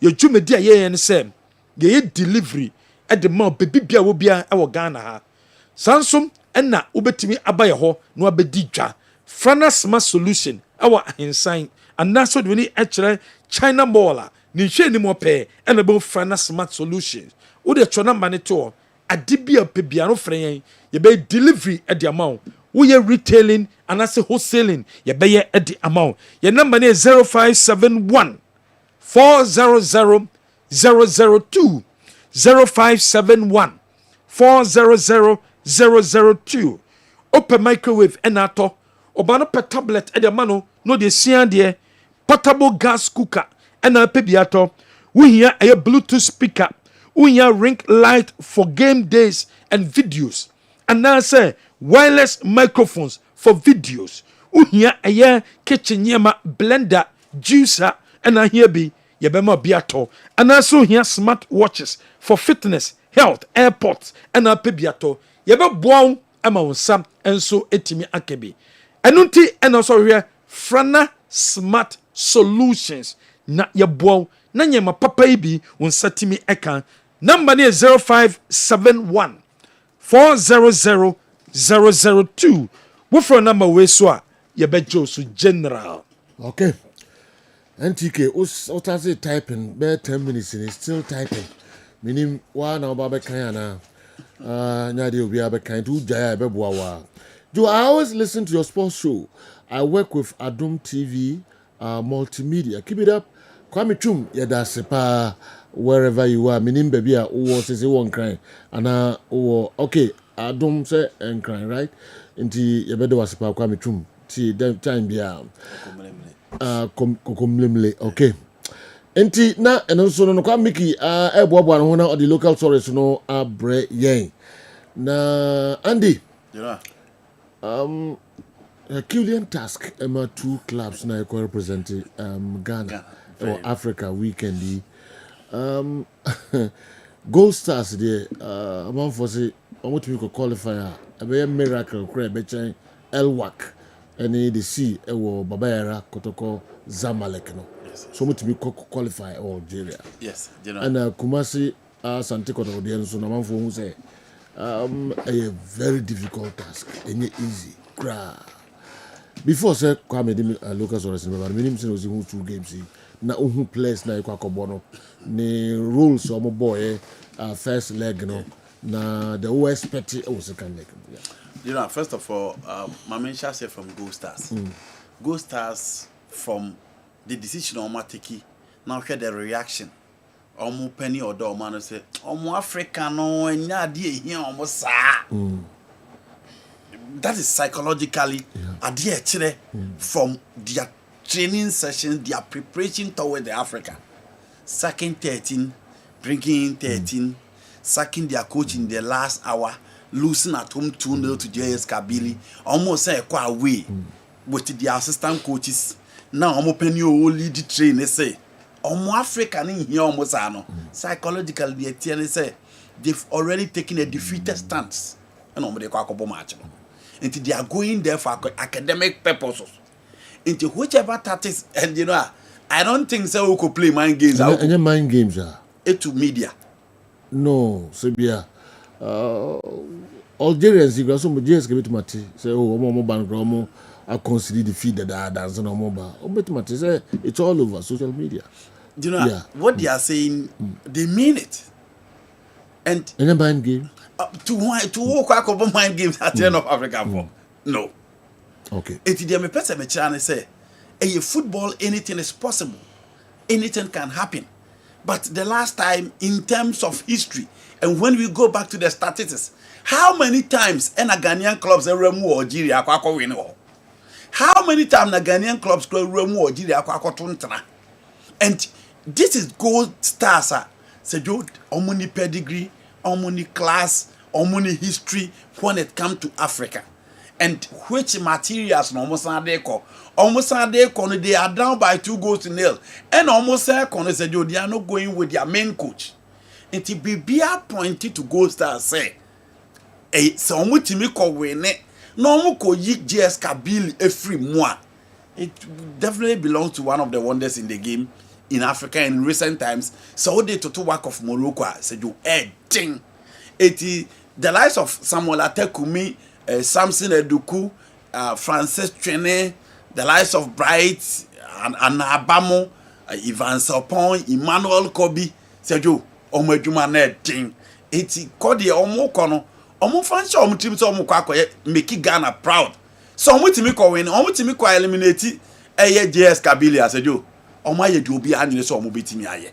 But I'm saying that social preparation, the mental set, their readiness, the psychological card almost play before that game. I don't think Gold Stars here ready. So almost enjoy any miracle in Nigeria. Now to Kotoko. Sergio Kotoko Diano. The more reasons I walk to Musa or Mobetimi qualifying and watch though the game near 50-50. Say number 1. No Nigerian club according to history na etimi Ghanaian club free. Number 2. The last time I made them Ekwaku Rem e Nigeria no and so no be him say remote stars be ku omo. But omo ko e no omo timi ko winning on penalty to qualify. Again, so nim Nigerian clubs any Nigeria team ade ba ko very common. They struggle to play under pressure. And today be so who demand more from them and in recent time will be one follow the Nigerian national team be ehun. Say all demanded from them omo bre ansa no betimi winning. But the last visit was Canopilus. Omo shana kotokwate na kotokwashe no mate eventually they won by 3-2. It is a Joe Kotoko room e Nigeria or Ghanaian clubs room Nigeria. Ya na nyehu per the history. Again, Kotoko only need to do the simple things right. no more minimize omo errors no to say the no am de kai na say Joe Kotoko nye team almost 4 goals. In as much as they consider 3, 4 no almost any a plus and they can build upon that. It's in make I say the last time I Kotoko share 4 goals way back in January. A big club like Kotoko, Omo Abet, Omo Kwame Puku, Omo one striker, foreign striker said you. The last time they scored 4 in a competitive fixture in January. But so many Mako and what trinye. And sana Kotoko team has 4 goals. Into Kotoko team 4. So to score 4 goals at home, in terms of the attacking play, it is positive. The negative side of it is how they concede goals. Now the videos nearby. Now say Joe, the way I'm concede goals you can go back and check the Kotoko has a 4 game. 2-0 never. It still boiled down to poor defensive structure, lack of awareness, and the proper defensive shaper. Omudibe games him. Inti ehone baby a players na coach Karim Dito. E was Oshisem Rantie ye. No pay the personnel that can do that job very well. Because against Kaizer Chiefs, they did work perfectly. Inti no omutimi nya sa narrow win or omutimi winning on penalties against Kaizer Chiefs. Because I know Kaizer Chiefs team also here. Kotoko Chile in terms of possession, they outplayed Kotoko. But in terms of the defensive structure, in terms of the organization, in terms of the awareness, Kotoko ye or Durban, in team consider. So that structure, they should maintain that same structure in Nigeria. Some of the structure no more ball na no wahane kwa team ni bebubu omo. Enti say yo, look at the Kotoko shape. Oh, maybe abeduru bia omo ya present even though they consider the penalty. But again, omo defend ye. Enti way say yo, any form of a better defending betting Kotoko stay in, but it's still bow down to the personnel. Why am na coach in the bebo? Say yo, so we coach Karim Dito ne selection ye key. Why na better? Why am na be pair? Why am na be bom finfin? Eno na ye important. Experience is very important to her. Inti aha na ablo, aha na samba mo, aha na Henry Ansu, aha na Patrick Asiedu, aha na Lodamo amu hia wa ha. Mfimfin ho hwan ma. Eno apɛ the setup na am here said yo. It was so clear because I was still missing the absence of Justice Blay in their team. It why the bet the defense in any because I know. So we are pressure beba. Nigeria for no they will concede. But say Joe under the pressure beba kotokoso. Into why they did that calmness. Why they bet me a protected back line. Why the best city in front. Kotoko recovery session saying a bay almost defensive in terms of recovery no saying a bay. Midfielders didn't quite ha. Konante, born near call almost so I say no more. Those are the areas Kotoko need to improve. Because I know a woman's uncle almost say go dear, but goes no almost saying I'll go in a Kotoko beti prevent it. So she goes in na Kotoko beti preventing na. Until they need to minimize the errors if they really want to qualify. Mistakes in getting on my ya, a timid goes a buy no, and was so almost so. Now go on a bit too anymore because I do. Their game plan was simple. Almost a player how mo pa ye pitamidu aqua. Inti e hono mo mani mobi. And one player consistently you raise concern about Kotoko players on back Kotoko amunti memo. But I do. Ohe bola beta mo e boma Kotoko. Why special? And it's be consistent. Now Bobo no so or far more. Number 7, number 11, number 10, number 9. Or Sasha goes na the ma. It is a do. A lot of the work depend on players a coach the best salary. Players no rules or the be more. A gym or the be and in our games, you know, wingers are important in terms of the fast break. In terms of the fast break, into your children, a Kamara na Aziz in a better important. Lodamu and Asa Hamzata the better important. On the left side, it is going to be Francis Akwa and Asa Patrick important. Central defense na Zakaria, Ansu, Ablo, Samba Bebohen important. And in this game, Samba obviously need to play in front of the back line. So say the bear emfa pressure amremo because you play Samba, you play Hilary Adabu behind. And then you choose between him and Alemchi and then Joe, the Oya sound to play. Then you open up in attack until the fast break. Because to come for a strong gombo the best dominate opponent. Into a honey baby as a Joe.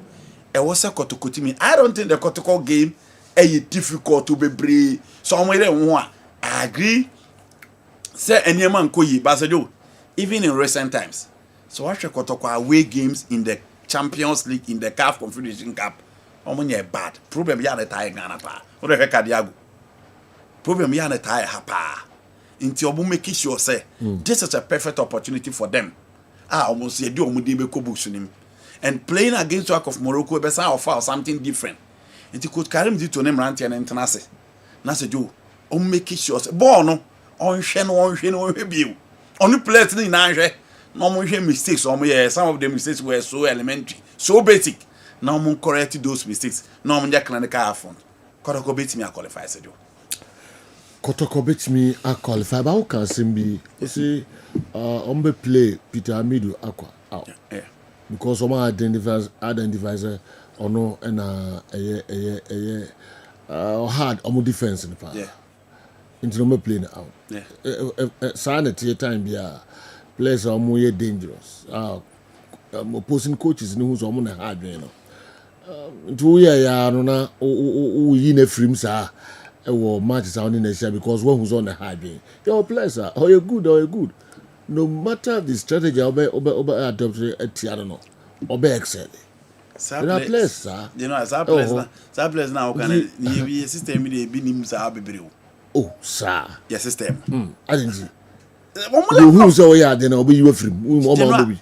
Players, players are all your day on mobile side. You narrow it down to our system. Hey, why more? He plays net to say, I'm level net to say, I'm consistency level net to say, I'm performance in away, I'm performance in home in the Senate. You narrow it down to certain players. And the player now you can once and what to say. Okwa we are with me, obo home with me. Omo ya tough, you know, obi who twan kan no solid the ball about so. See obi o sa. Obi who twan no. Now solid the ball about so. Obi so ho a, wo so na tade mu na hokra na o tiuzi more. The expect say Peter Amidu Aqua. Coach na hun there Sunny coach Sunny yeah yes Sunny yes we hunu there but on to me better football ewo Abeokuta no you know and also important ekwan a coach be fa so coach na chinese ne botum ese zito etimi emano ebo better football do boche ewo Accra no okoye ne better o two things adentina coach zito nso ntimi news no as decoy ne say ye nyina de ani kokwa make ho nti momso momfa ho Eric Bekwen kwabna yaro nti yempon na kotoko supporters ni nyina kasa se kwabna yaro mu hu bo bia obo bada bia coach choose no over kwadipoku mahala but at the end of it all the coach will use kwabna yaro as a decoy for Bekwen to score in the goals nti no so ho basejo level of players are who kru omo na omo je omo na de treasure input mo omo level no e wo soro Tembazuani mo, Lucas Ribeiro mo, because they've done it consistently in Africa. Kora United team no players no players are almost dangerous players every match. No, you know level no, I'm special baby. Yes. But I'm saying that Sergio, to carry the whole Kotoko team out there, it takes a lot. Peter Amidu Aquaba or your afraid is the best Kotoko player. But I'm saying that a lot of job obeso team yes opetu team say adena because you players from wano they do you hear omo in the Ghana Premier League omo bohuma good omo go away to say no maira you players from bobo han sa no motie enti ubo se da bia omo hwe goals omo hye home an omo hye no wo de bobo kwa no be but at least you too much is akotoko akose e goal stars obakose Chelsea obakwa we akowini no me I'm not saying Kotoko doesn't win games in a way I'm saying that individually your players no more perform say in both home and away games. E wo ye kruma. See ye bobo na so obi ji go kan ya hwe. Both ye goals no. O che 15 a be 12 nyina at home. Into your players now we performance individually ya na ofem. That is the point I'm making. Okay. Nti Kozito and we say making sure say on your branch at the back he can do it. You know, he can do it. Nigerian team almost special baby. It is not Enugu Rangers. It is not Kano Pellets. Any team almost whole history be I believe he can do it. But I'm saying that obey here the support of the other players. And so no team here you I said you ball here coach say na you jina Paul you more better the ball nako. Nti a lot of role, a lot of work and a lot of tactical play needs to be done if Kotoko really want to qualify. Pressure beba, but how you cool the tempo and make sure say o chances beba no be team here at take that opportunity no. You know I know the most important thing. Sani kasa too much. Coach no. Okasadodo. That is very common within even before say Martin beba so akra no. Ons ba na okeka. Martin Koko boy ya. Kotoko bit ma bossa boy na boy no. Look at that. You know dangerous players omo how no identify omo in your post match interview.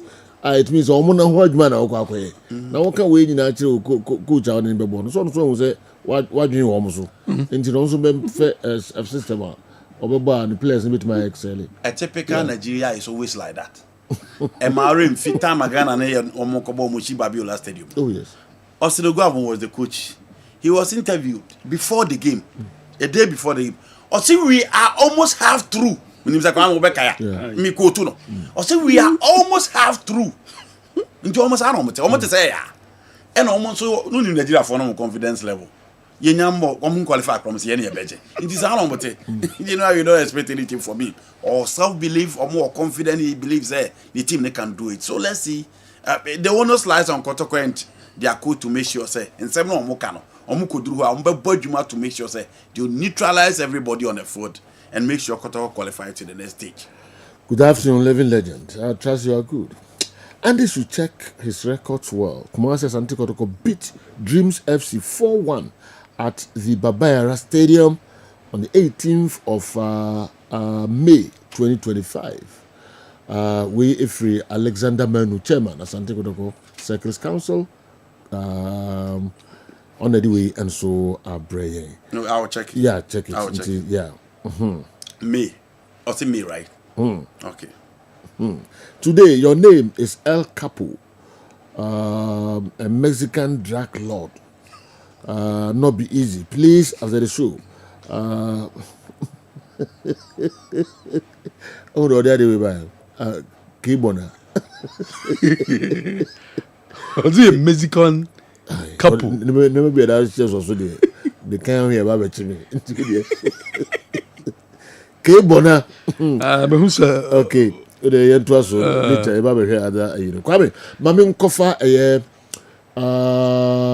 commercial kakrebi because Dr. Muzu and your Okoba general see a bind sika league ma GFA a ma clubs winning so bien e ma league no enye krabehwe no match course match day 2 e course wo hohoi omone 11 wonders unso mo bo game no close to 30 minutes obia player ba ko gina nchen edurunti oh they see you no close to 30 minutes obia play gina nchen na refi na me bobon wow bibia o de cobra na no sa no I feel a bit my day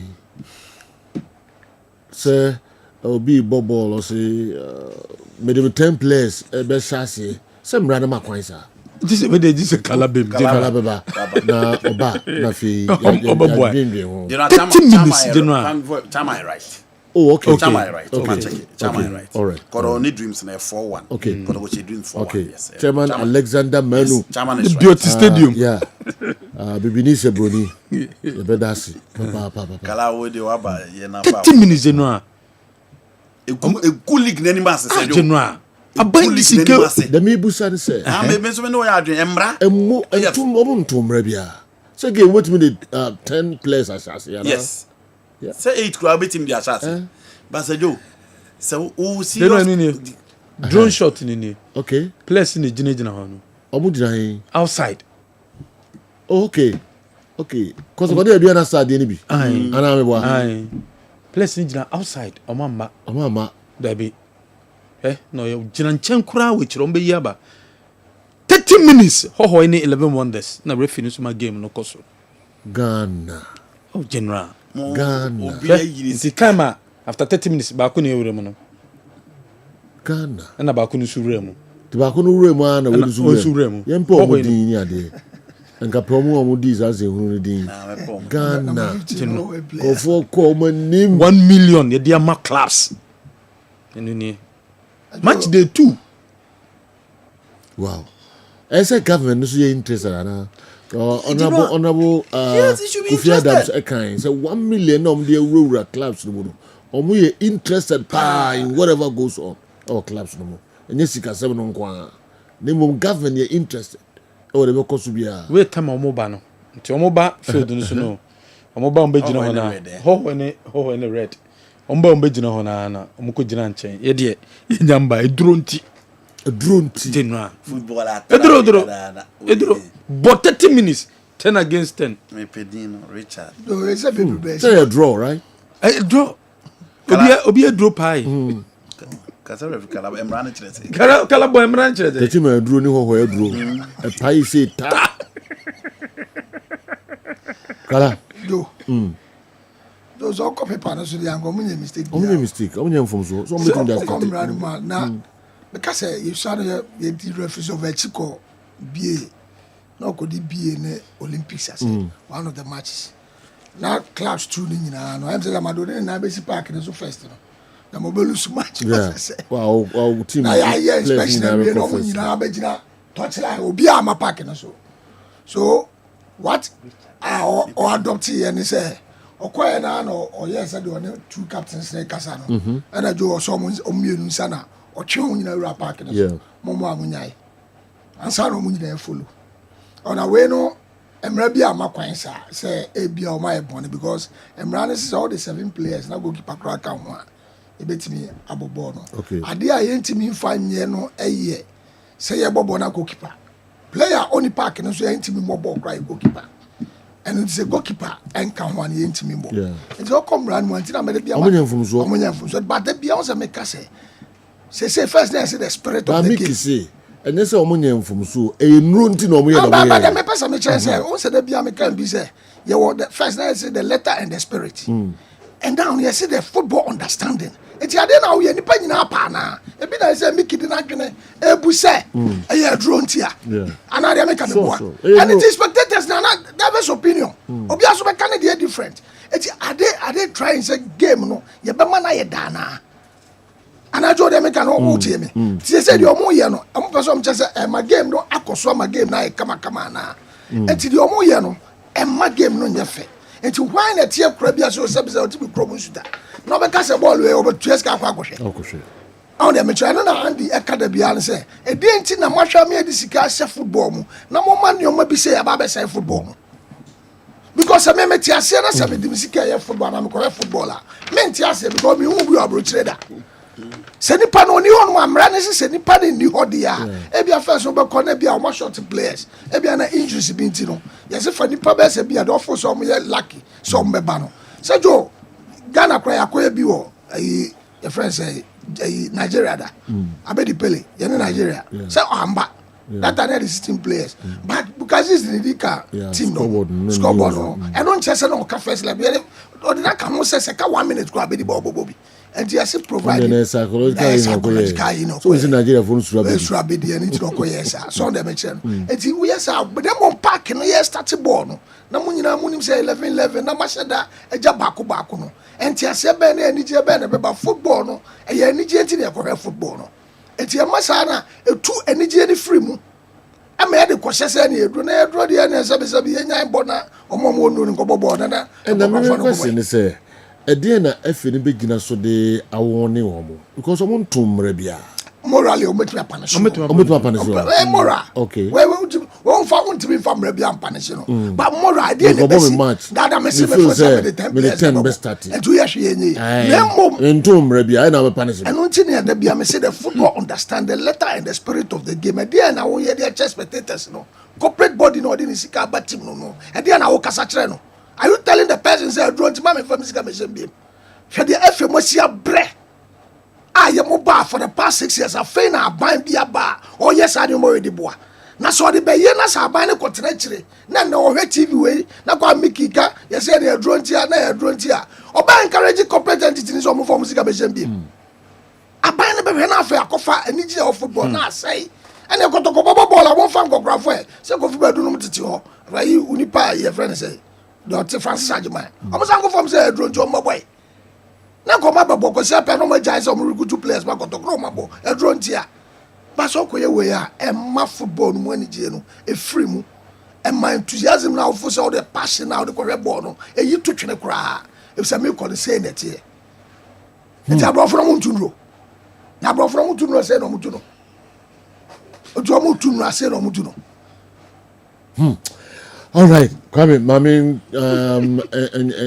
yeah, players need him to that. Players, Ben. Raouf Abdulrahman, young apostles. Omo catch, you know, and Richard Oben, Ho United. I will say if punish teams, not some punish players, you know. So you omo good football any mass. Yenya obia Alhaji Mama Idrisu, Alhaji Mama Salia. If you want to on the line, sir, young apostles, yeah, director of communications. Every day, and I the message about SM kind. Now, mon friend, mommy, mon friend Alhaji Mama, Salia, mommy, make a commercials about. I couldn't show me yes, Adam. Yeah, so one fast all the message by me can be. All right, you have a frozen here. Alhaji Mama, the country among the 10 players, so the whole way grab me and call. Didn't I was starting match with 10 players. Me frozen so far, Obakasazo. Me basis here, Dr. Dawood. Your friend Dr. Dawood. Me na me Dawood heba hospital ano. Na enam me so enane Dawood ointment. Dawood 360 capsules wodwa man so a ene obi adi hu adanse. Na du wei edutwem. Dawood ointment. Dawood ointment. O se fetwi na ebeko. Ofa Dawood 360 capsules o se sisi na ade wom. Na drum yenu wei e adwuma bom. Obi a osisi ye o yapa. The obey say, what the Dawood ointment no, etwitwi osisi na anopa ene anwumre a. Na nsa bia no na odi bia bo asawa, obetimi de atua. Udware wi a fa Dawood ointment. Wo de te ne fa sra. Ta bre kro na no, na wonom Dawood 360 capsules no anopa ene anwumre. Na danse ye na ba amane, wo de enko na enko ti adanse ni bi. Dawood ointment. Edrowi me straighten and well done. The toda me po djuma na me wonam nyina me me ho bibi enyi ba se minya sa Dawood ointment we na me twitwi a na no paso binya Dawood 360 na me no mo a ese kwa me ye djuma kra se kane no te do we de edi masema ma no be di so asema ma ye electrician na ye djuma ekofia ye ntimi na Dawood ointment so ye djuma na obra okoduru fia fa twitwi ade be che no na ho aye den Dawood ointment fa twi keke na ebeko ruwa mi yusu mama hode pa ma metimi gba odwuma bibi e kama e ma me ye Dawood 360 capsules and Dawood ointment o me we no na do we so twitwi wa aposo e be ma ya oni nyina afiri wa ma de che otwe be bodwuma Dawood ointment fa twi na ebeko da bia amofo komperu de wo ka mu sa spreader mi secret enu ani ebudo na ani Dawood ointment ene papa mi sole no pa mi di twitwi mi sisi achi mi babia he mentebre secret ni nie ti so person ti samia we use Dawood ointment. That's the secret of my taxi driving. Me a transmission gearbox specialist ejuma me ye en kan na me pega ade a na me nsakura antimi pega na ase me ma ade so na lock me sisi se fi se me share Dawood 360 capsules and Dawood ointment abo me bebre the dry you na so amente ya mente bla bia obia mo modern so betimi apɛ Dawood ointment and Dawood 360 capsules enya bi ato odofo se wate bi aduro ya me ka ho asɛm no eno ho adanse ene wono madi no ko pharmacy e ben wo herbal shop e ben wo ne koto Dawood ointment Dawood 360 capsules na se de enkrofo di ho adanse no wo so be di ho adanse wo pese wo frɛ ya eno na wo screen ase no 0244 88 64 37 na 020 168 1717 baby a yeton aduro wo man Ghana mu bia no o de wura house pe Dawood ointment and Dawood 360 capsules.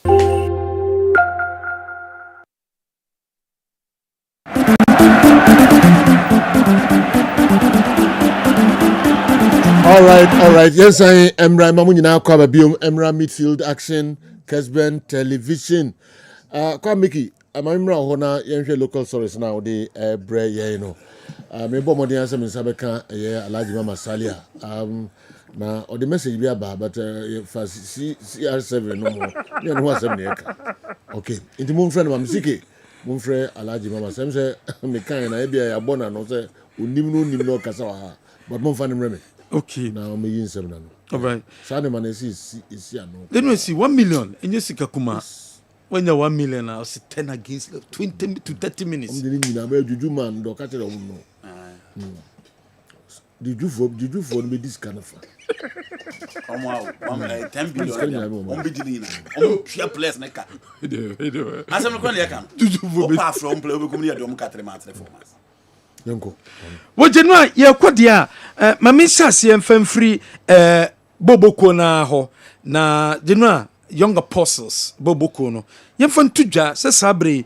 bo mo se o mo ntiase refia ye friend Foster Batios wo mo first game mo ko boy ewa away abra omoko boy ewo ediana match no omoko ye no omoko dinkuni mo ho de Foster Batios ene be die eno mo be senko away omoko away ekobo match wie ya against hohoi wo ma ba ebobo homu a ye sanso de Foster Batios ena sanso abebium nti omo 3 games a wo mo abonyina no refi baako edimu 2 wo mo se omo ntiase because refis bebre ena ya select omo adenti na omo nko a 2 yabo match day 3 refi baako edium 2 games team bay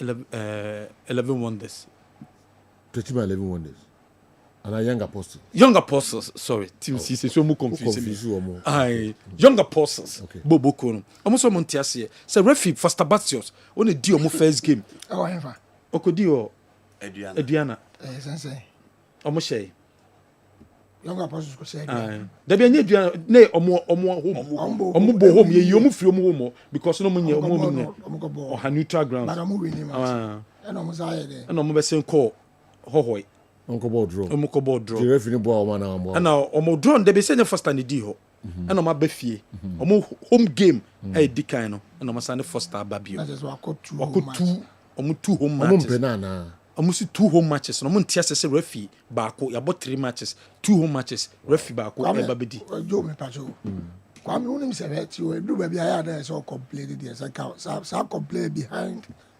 public anka be because one referees no ama said that minimize the referees no said the beya ya bana anom the proximity say hane hade obi free Kumasi say Foster Kumasi referee oh okay Foster Kumasi referee o free baby ya on the match no and it in do baby ya no ma bi on ma munjai na anka bi anka wo central ni na wo ka aka bi anka pepe but omo ankasa no edu baby referees no mo say o ma dwene o because one we do first match we win we cry luck so from we play away from home and I win here and so when na and Foster we all know how Foster is. I'm told so a very good referee. We all know how Foster is. When you're approachable. We are one way obedi di watem. So a very good Sabi obedi di watem. So I'm telling you unim now sabi a president of the nation Grand African football asema because on all na come na di ball na ti. Na ni je ho keke. So they make sure no it's that type ni bi. Oh do ko park no obeti my mistakes. But me hwe mistake e jani o mame. This is how I see it. And you obi obeya ade ameka so ahye da bi. You be a odi matcha, o ko hwene matcha, obe floppy obe bia o tim say genuine. And they do baby be set clubs no. Omo BBC so alert the general secretary of the FA first. So they make sure no. They be on channel no country na munjai. Ko ade na ba public we are. Na say omo alert omo outside no mo be sisa. Next time ko to ko so be ka say the kala na eba. Kala last year go the match bi to asumi enu empe no. Kala yen show mo concern no so. I'm raising legitimate because and I Joe ukasa intimi because she say referees ni atisu Premier League see oh I see that opa check one season e be a first season no first half no grano obo Santo tell be we Manchester best 5-6 matches but unto at the first 3 oh that make catch us see first one we second one third week anko and the second week third week aba refi bia nu so no nko a I'm fine one raise concern is fine legitimate but the American say at times someone here publicly you nyambo match ni nwie So the major. At the end, see who first match. Where is this and showing now? Fine, but Joe, according to oh yes, I'm saying complain. I'm complaining. Yes, the Kwame Omulusu to media.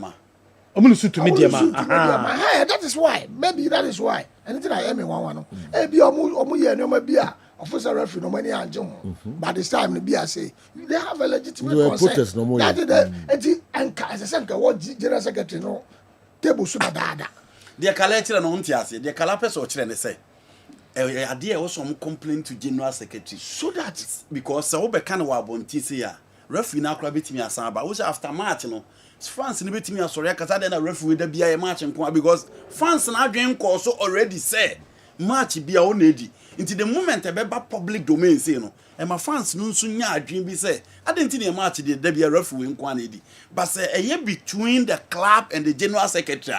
Omo dili private any clubs or my complaints be it's your referees are consistently they on handle on matches. Because they had to almost complain they be a referee and panel or AC had to folk any another club had very complaints or AC in the moment someone says someone in AC Guyana. No, yes, I'm sure for the this is on the first young apostles on my complaint. You know, yes, clubs yeah. Solid. Said you, Kwame, also what was suit we need the important issues and come Congress also on discuss it. I'm going to tell them on discuss it. Don't have any sympathy for any club. These are the important issues in our footballer. And Komoko Congress and also raise concern me according discussing. And let them non come now compare and subscribe to that. It is media can complain. You know, if football and you must say a high game. But when they go up there, discussion here.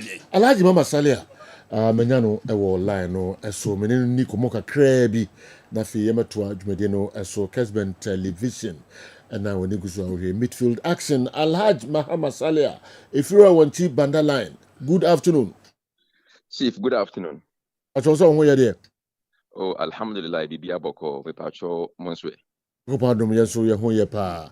Where the Alhaj and some Menupe and Mamma Fro and there every Menan and Chesamone Hohoy United, young apostles.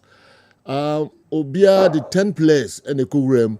Amuja, a player each were trade for around 30 minutes. As I'm introduce you, sir players no. Meaning, we are sir, hoy. Sergio, last Sunday, Young Apostles played against Hull United. Hoy. Match no started with each of the teams bringing on board 10 players for the start. So beside 2 teams at the 10 players and started a year match no last Sunday. Okay, DNT ma o kasama a young apostle. DNT ma mo yesa. Well, in this world, your rules are govern every sporting discipline on it. Mrano se obi enkwentia mra. Untimi enfa blame emano. It's very simple. Per the rules of the game, you can't start a game with less than 7 players. Any figure about 7 or more, it will start a football match. So the game against Hohoy, no matter they start here, a year 10 players, a year more than the approved minimum. This answers one bit of the question. The other side, the world we are in, you can't do without people's belief systems.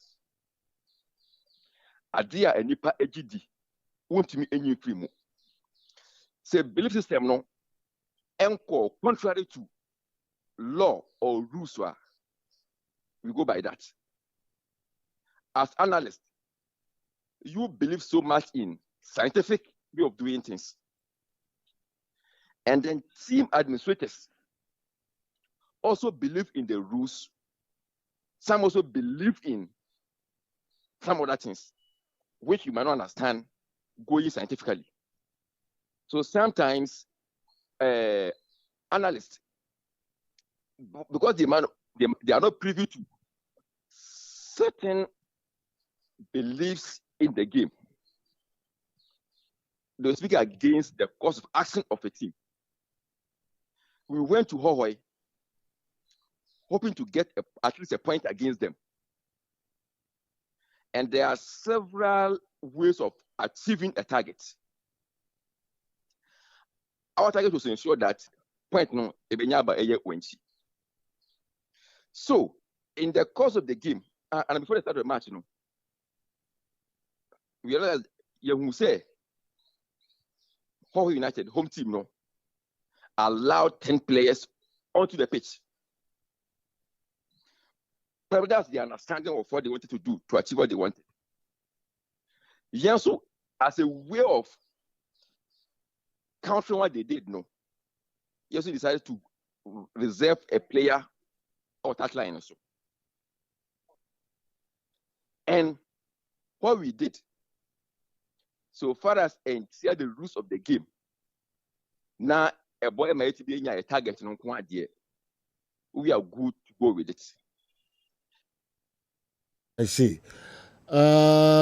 Into a football. Baby, anyina kwa kudru no feel say sa behavior no. A year. Say GPL club. To say young apostles. Baby, modern football e kwa kudru sa di mboti ma ye. Baby, obeko titru Africa and the world. So with the 10 players because say nyese bia emrano ema kwama wo yesa nemum eye juju nsamti ukwesa before a game. Rules of the game. Rules in the Matias mumfum mrebia ekra discussing wa so mumfum mrebia but the other side no and they discuss we say hoy e shall say of 10 nti mu no so mbasha say of 10 na neutralize the mu ye bia ananya sa exactly so in doing that musumu gidie no in my earlier answer to you Mekachina will say the world is about belief systems. What you don't believe in oti bebia obemu say a primitive sense unjindi and people's belief system can't be condemned hook line and sinker by obia unjindi yeko yes ano the point we were looking for yenyaye wow and the rules of the game one then the corresponding punishment will come from the GFA. GFA in the rules. They apply the rules capriciously. Before they sanction a club, it's the offensive committed against the rules of the game. What we did, does it infringe on the rules of the game? If it does, what's the law or the punishment? Oh, okay. And the one about pictures can mu call 10-10. One didn't nipa bar first. They came first, then we followed. I see. It almost started with 7 and comes more 7. That's what our belief tells us. If wow. you go And I'm doing results. Results in business enterprise, in sporting arena, results are very important. What we will not are there young quantia and the rules of the game. So the say and dia on any day it should be done. Wow. Yeah, that's it. That's it. Why? Alaji? It's our belief that we are following. Okay, yajetum. Ibesi ya intimate challenge you beliefs near there. Okay, there can Ghana Football Association in sense. Yes, the second issue, no so for Sabasios, more easy problems be, more issues be with for Sabasios. Ever handle match? Well, might be one of the season. Yabo against Mediama in Ayadoma. For Sabasios was the middleman. No the match, no. Then in our next home match, against Dreams FC, come Sunday in Wenchi. The list we saw, actually I said that same man will be repeated in Wenchi as center man. And you who say there are several referees in the country. Why should one referee do our matches back to back on the bounce like that? Most suspected the idea. It's not a matter of suspicion. At least you want. And what's wrong with that? So we handle match in a fairly dear. What's wrong with that? We want to have experience of other referees. So see more can be so on our first game no handle, you know. The first game he handled. We're human. And yet there are 1 or 2 things will not go well with us. At once see more can be also. My point is that first match with Odi, you know, is human. 1 or 2 calls might not go the way we want. So in preventing that, you know, then we are saying, say, at least they should give us a new referee for the game against Dreams FC. On the day in Doma, there were instances here. He was disagreeing with colleagues on the field. And those were all against us. Anytime there's a disagreement between him and then his colleagues on the field, you know, what they will do, you know, seem to be the right. Okay, Nina says, "Why not fair to you in the first game? No handle, you know."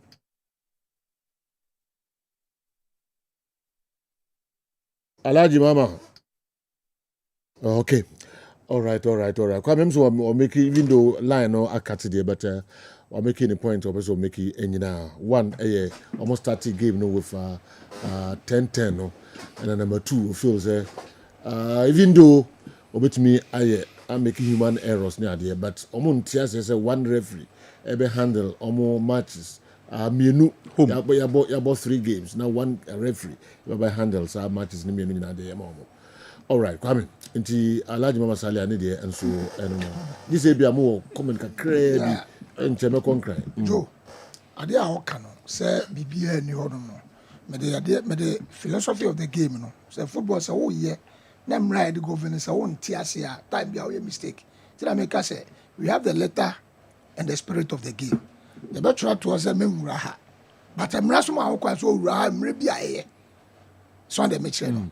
Enti okay baby one paragraph be am say I can page this to na okay na nko nkai no hu say o se baby a wo di match kwa na baby a o fo say mra no e ya adwuma ba ha adwene no wo use wadwene e dey anti no okasa o se so mo bu mra bi so a o mo fa mra no pane so o mo e very simple anu ti na make say yes o mo ko ho United started with 10 no mo so unbelief tire o mo say o mo so started with 10 o mo ye no so 1 point no mo ko akopọ o mo sakan Obia ni asem.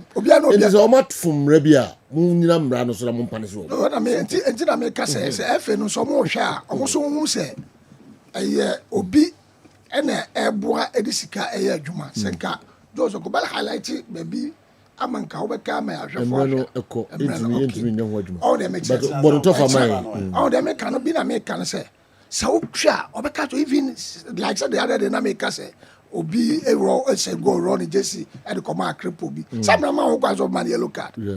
But morally, what we saw the whole stadium, even the Arsenal crowd started. I must have a player no standing ovation. We are losing. On one person say the member as a money card. And I'm saying, yes. Anything I make us say, I feel the bit more for crime so they are. That's it. Anything I feel fine ye be. I'm not no business. I'm want to see on bet the ISS says why you see I am because that is one thing I'm so the Jambo extra. Yeah, by time. Nanka wa kai no hu say first you never catch us say na catch us say o person we game be say na esa woka. Okay. Say na esa we. And then kwa so mo translate. Amendment bia my. That be for the man the other time.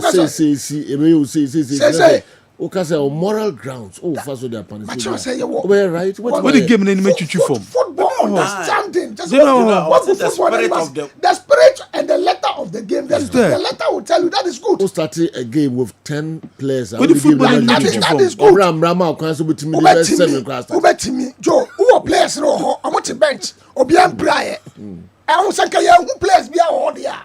All right. Okay. But your players to bench. Okay. I'm going to go. I want to wait way. I'm going to be a cover. Okay. I'm going to say the young cover. Okay. Are you expecting so before this guy football? Okay. That is a new my yaka. I'm the football and move you form. Yeah, ball as so be a bet me at Rasso. And I've got troubles. You say unsporting behavior. It's way a unsporting behavior. I'm a good football anymore. Okay.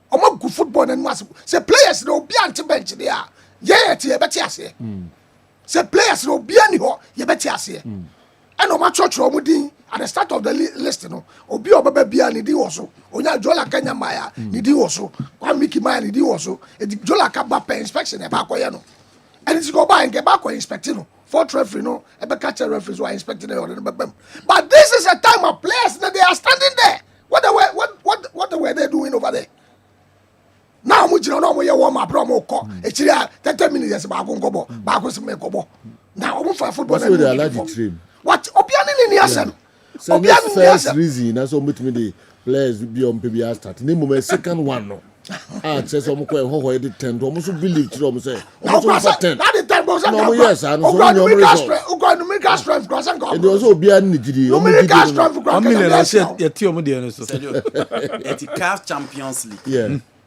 na young apostles ene me fan say Sundowns na Kaizer Chiefs ewo FMB na who be awo ka koro me ba di no me o de ba mi na Sundowns the 10 almost the 10 best ha me ti wunya the American na awo kan FMB Stadium CAF over millions of dollars over the TV rights hwesika omode ma clubs odu group stage kwa $700,000 o se obi aka kire wo se ball na akwa akobo no the 10 start here obe win that is your belief enu ntisa na akwa akwa then 20% believe I then you motivate for coaches and for players here dey 19-20% intinya de o se so club administrators na good football omo na epam nkrofo free stadium omo na epam corporate entities omo di omo sika best sponsor e football na ban koso ati se ya na se ya sika na nurses for ko demonstration no asanta mabre private entities some mfanje football na mo se nya so mfa so nfa na dey through se Ghana for kire omadwan masa aka kire se lawyer for to aba Ghana ni bi anche na dwen tim football bi anche wadwen aba mfa teku na asempo anche bio enti se jo they should stop that. 1920 and the football edu. So obi akatre o se o kotena chira. Ubenya drone di ukwa. So we should stop that. All right. Kwame making for local service no grandma you na mreno asono. Mame nko Dr. Amuzu enso asoye. Kwame we dey me ba bon tel mame. E be kwa na 17 ye brepa. Okay. Yani Niger na shase. Yani Niger no there be time nyanson. Me see e bre o ho. See here win. Here win against Niger. They are qualified. They are qualified. Yenkomra. Yintimi en struggle ewo West Africa wafu Togo ni Côte d'Ivoire. Yintimi nya win no. Unacceptable. Former world champions. I said I'm okay. Former world champion starlets. Yeah, but then against Togo, ni Côte d'Ivoire, Niger. Yeah, show Niger. Now you are qualified. Dr. Amuzu Kakrana for the local stories, Abre.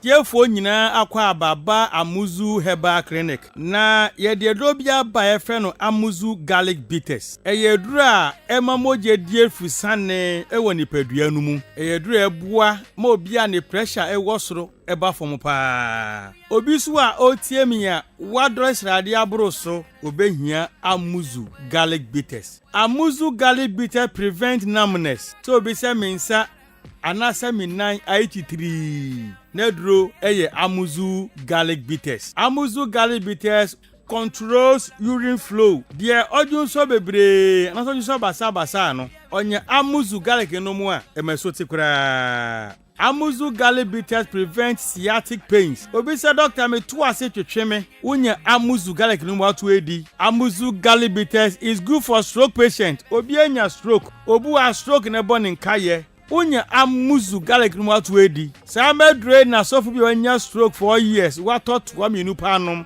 ai na wetimi asori ananti waka. Amuzu Garlic Bitters boost the immune system and fight infections. Say utie me na say uyo chremewu yare biya ba bekrawa. Kopa Amuzu Garlic no mu en ne mo ho ye dene. Na kutie nyarewa. Amuzu Garlic Bitters prevent body weakness. Obu ha ahom mre woni so Amuzu garlic bitter dilate the arteries ebiabia intinimu mamoja ediefusani yie pa. Amuzu garlic bitters support the pancreas. Amuzu garlic no pancreas ho ya de ne modidi a ekotwetwe sugar na glucose na omu no me so te mass sugar eba normal. Amuzu garlic bitters improves vision. Obu oho a ne pressure was with the man de hunu wo form. Onya amuzu garlic no mo ebuaw ma friends woni na eye wisi no we hu ade yie pa. Amuzu garlic bitters prevent palpitation. Nipa bia home ban sese home no e wosu bebre saa kope amuzu garlic nenom. Amuzu garlic bitters prevent insomnia. Obu ha obre panse wada ye frade bi zinc ene sulfur e ye rich amuzu garlic mu ye ko gu mu a na my body ne home na home bo se nche na wada enti de na ho edi ma no kope amuzu garlic bitters nenom. Amuzu garlic bitters enrich in allicin and selenium, which helps improve blood circulation on the male sex organ. Inti bema osi oda humachi antini bema nkano. Kopa amuzu garlic no mwe. Nima moja ni diefu sane enko bema no hunadechi ya watini nka. Amuzu garlic bitters is rich in agioni. Ena musa agioni ninti ebo ema awodi akwa no ho ban ema sebuo ema kosu atuo nyina no emoni nyina kosu kama enti oba obuni se a embe yie oba hia amuzu garlic bitters oba on person na wo eti konsu hia amuzu garlic bitters uko drugstore pharmacy anase herbal shop biara obenye bi ato upedro nsemise bi nso a no afra mi nama eye 0247 776743 0247 77 67 43. Amuzu Herbal Clinic, Mauji Hiochalo.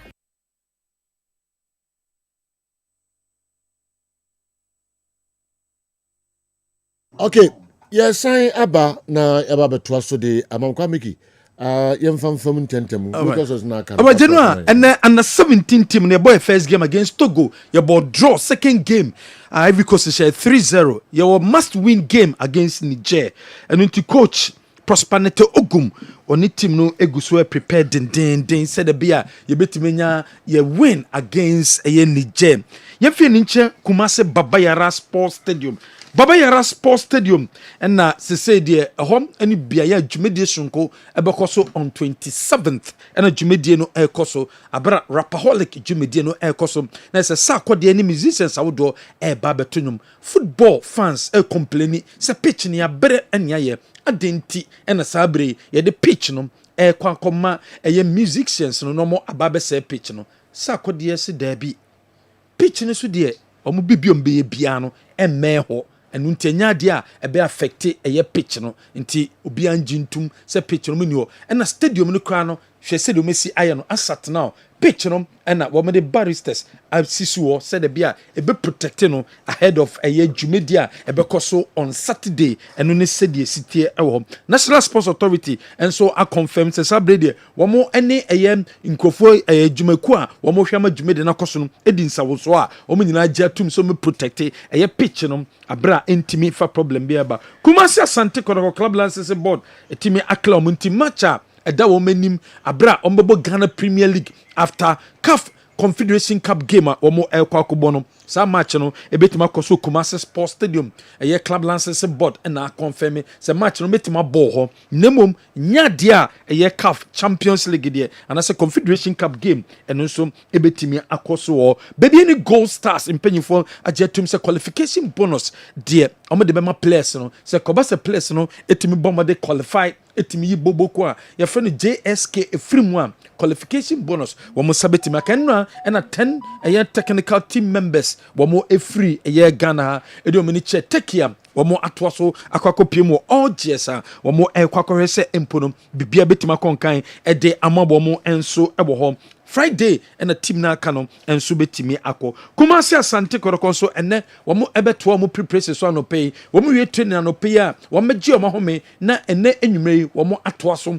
edi o mani akyen kran wo mo kodu nkran mo nkoda hotel straight up no mo de mani che airport said bia and china wo mo de airpiece wiem hyen no bekwa kopie mu e wo Lagos and route to Abeokuta for game wa ebetimi akoso Kwara United wamo amay update abomu program said the city Harmony Boys and na anope wamo so training wɔn wie training ɛna no pay no coach Sani ɛde atudwa sɛ players no wɔn ho sɛ wɔn ɛyɛ moral wɔn spirit physically mentally wɔn yɛ very strong abira wɔn ayɛ magye so meyi kotoko afim internet so 2 p.m.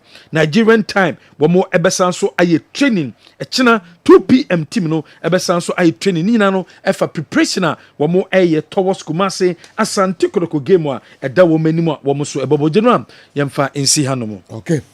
Good afternoon, sir. Uncle, I wish you end this interview with the Young Apostles official abruptly. Are these the people we call football people? I now side with Coach Hamza Mohammed, 1,000,000%. That it's management bankruptcy that is killing our beautiful game. We want corporate bodies to sponsor our league with this primitive mindset. Alcantara, Old Tafo, California City. All the way and so okay, Intina and also and Joe. Did you ask about what they will do in international assignment? Well, their beliefs don't travel. Please tell Andy not to put pressure on his heart. They ain't stopping. Not today, not tomorrow, or beyond. Asemo, Kwame Usudonko, and so message or they abre, and so no. No rule was broken. The law is the law. Large Mama Salia and I still do they bad or they bad. I was sending message we and so they are brain. But I like Mama may catch say if you bet me the ominous form na almost say oh yeah idea I'll bring the name of the game into dispute. Bet me so they are punished. So just say ebia na nyemra ya twa to say A, B, C, D, Mirawi, Ubusua. But the Obey Bia, in the view of our panel, a better what bringing the name of the game into disrepute, bit majina so they are punished. But Effin and the Drew maybe I don't boo money good never be so. Because this is not the first time. This is not the first time. Teams no more yard. Yes. Fahamim. You say, you say, don't pay no more cost Sundays no more. So just say. But your job will be but you know, I two big clubs. Yes, go to make so they are punishing. But man, but a bit must start one day. Yes. Not a jai sabi is the rune. Yes. Tell you, I like the mama said. I said the law is the law. Refikala law ban it. He said refuse to do match 3 matches. It was he came. The law is the law. So I said the law is the law. Yeah. Was send your mama. Yenuano. Enti aladi.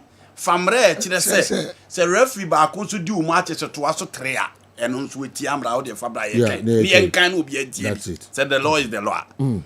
I'll promise $1 million each to the players if I were in charge of Gold Stars. Kwame Osudonko so that we have to the all right enti na eno so no mo nsamba kwa na menu bia mma kwan encheme konkre na mako dame ho kakraba. They said na Alhaji Mama can say the law is the law no. But say mrebia na your morals umo. I'm the president being a council you have freedom of speech. But you don't have freedom after speech. So the chance said my idea mean a guy. We have freedom of speech but not freedom after speech. Over can be in a trust. So the mentioned although the law is the law. The what law binds for Stabasho say obabedu match but we are talking about moral issues. We are talking about morally. So Obama match in the first match, Obedi be home, me lose here. And the minim answer ya now a genuine mistake. Obi the Mrambe Shenensa. And nothing they can against it, Say yeah be bremu ade. Say who ye bibi do an hwene ya jo. E ba ko fa asema Obi betra baby no de asema ba be share the background. And o prevent say man masa no man nye dey. Ma ensi. And you see that yes, I know. So they mention, but so the way anybody say the law is the law. Then Foster Bashos has every right. The referees committee has every right to go and officiate that match because there's no law binding them. Say on the far referee Kalangwazo on the match, but we are talking about moral. Say no maybe 120 a year football 40 years. Say it's only the referees or the Young Apostles match. At the end, I made a kosher match. My TSK from Pando, Akohoy. Some kosher match. Now I go to stadium or not players at the bench. Not yet start with 10 men. Morally, who catch them some free stadium man as them go ball.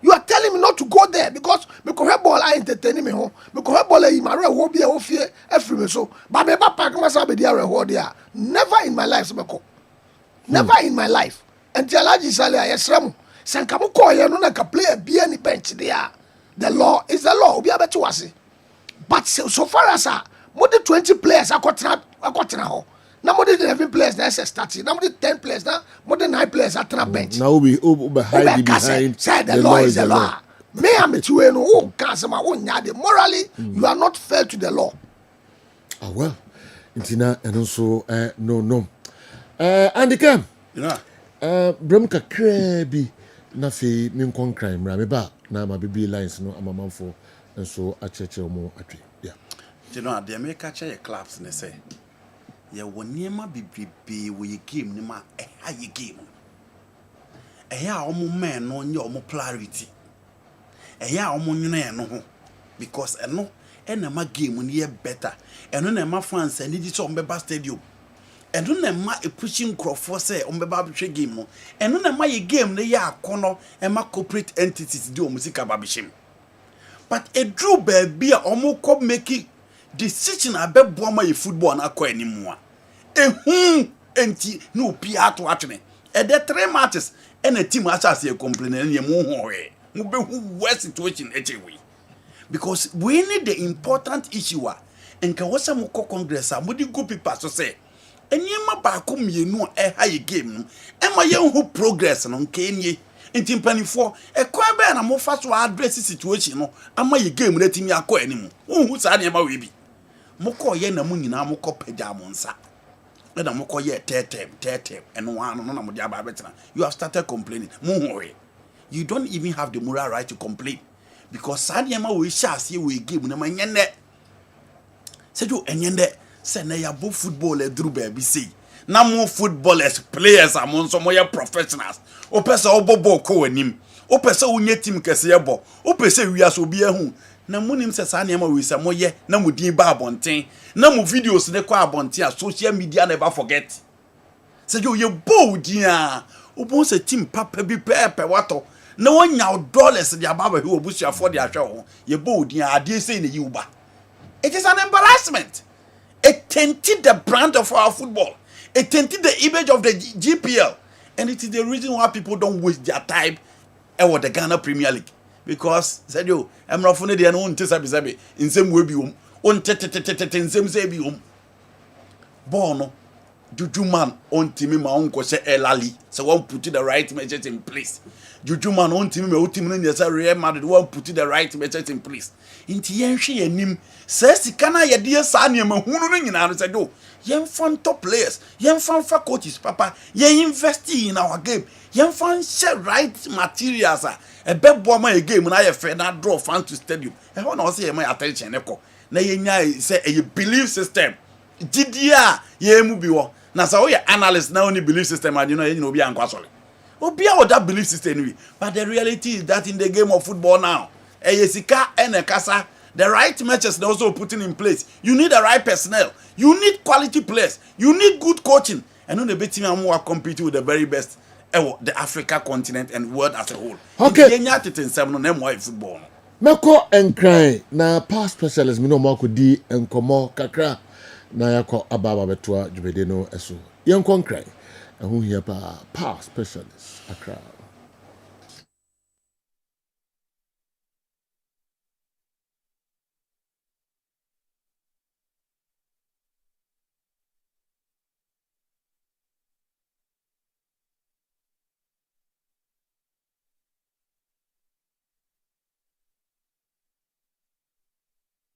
as some power specialist Heba Hospital. Yadin chef ya Dr. Penya or the hospital and doctor.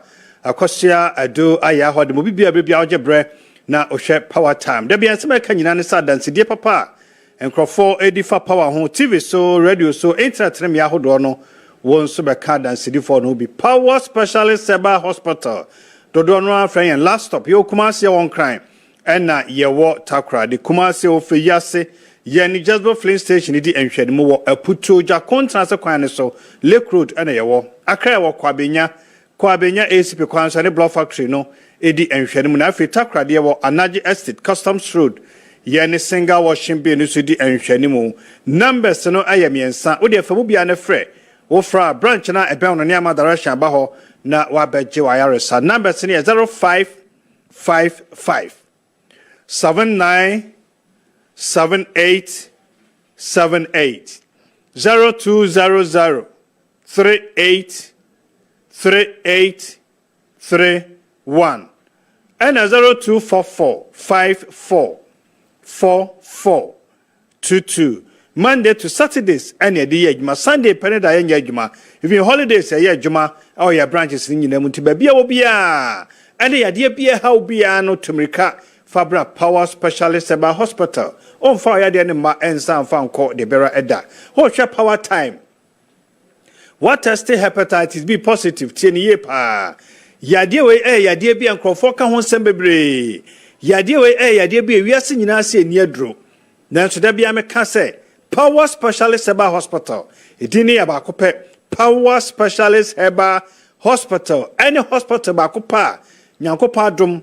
Wama doctor kwaso do ye dra ye de sa ya de we etuase tie ne ye ye manage ye brebre no ase ye sa e ma ne ko negative oba ye profile na confirm sa empire na wo ho na se ni ho oba ye liver function test oba ye viral load count wan ka so bo hu na mo adodo wo moja no mu enti na de be ka se hepatitis B ni treatment no obi and all but me ahwe wani maka cho say me ma 2 months me ma 1 month me ma 3 weeks na me dey treat say nipa no oju sikadi sentini say obi a wo amoa dodo a woni mojam obi a wo say the immune system no esi ete and na kwan be fa so aba no moduro no continuous no so account say treatment no e be kontem na say en kontem enti obi ntimi hwe wanim o metene TV so kan cho say ye the 3 weeks ye the 1 month and a treaty hepatitis B say nipa no onye no kwafo obia wo mo adodo a woni mojam bu ho mo na woni mojam no chese eni ano eye beyond the maximum figure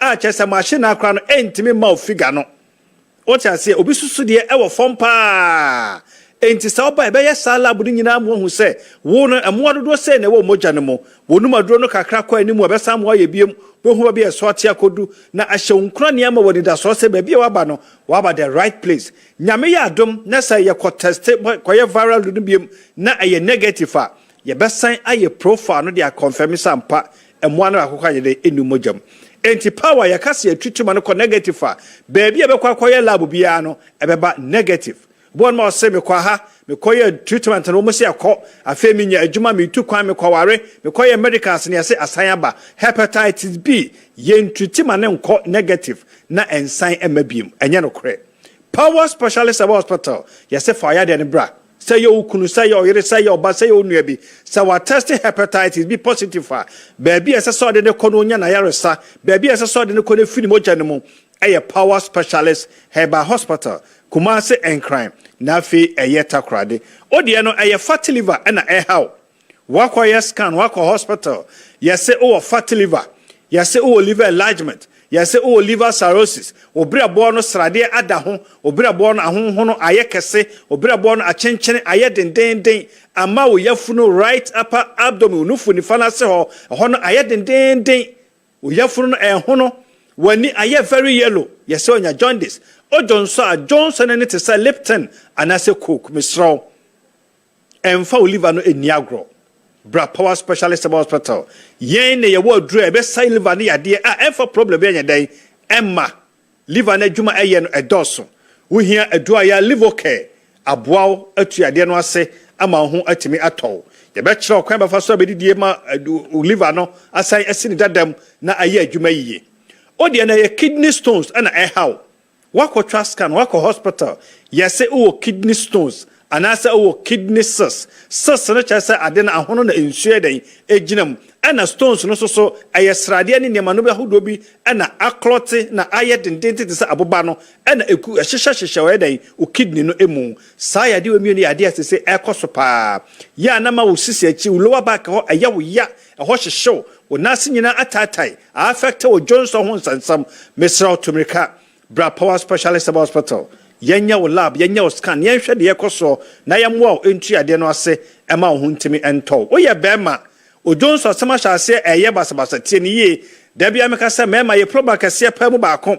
ɛyɛ Johnson ho nsɛm kakra bi na Johnson de okɔ aketua bi na aba wokyema ansa na Johnson aba enti ana ma wayase wayase ayire se ten sentini se Johnson eta wayase ho Johnson ma wudi agora de rubber be show bebom ya de catheter e be show bebom ansa na Johnson no etimi aba idru sabre no a kese niema eye aginsemu enti se o Johnson na wokyema ansa na Johnson aba bra power wo Johnson abema no ya wo ya wase ehyew ayewo ya wo Johnson atin kasa Johnson bi akam wo Johnson wie ne moja di akire de ba ni nyina akrobo de ba ni nyina eye moja nko amesraw bra power specialist hospital ebetima your kidney ebetima your prostate ebetima your blood that's a cystitis ebia your ureter na so urethra ebia your untreated infection gonorrhea ebia na syphilis bia nya ne bra bia twemo no afa na sunsun sanso no aba me say number sin 0555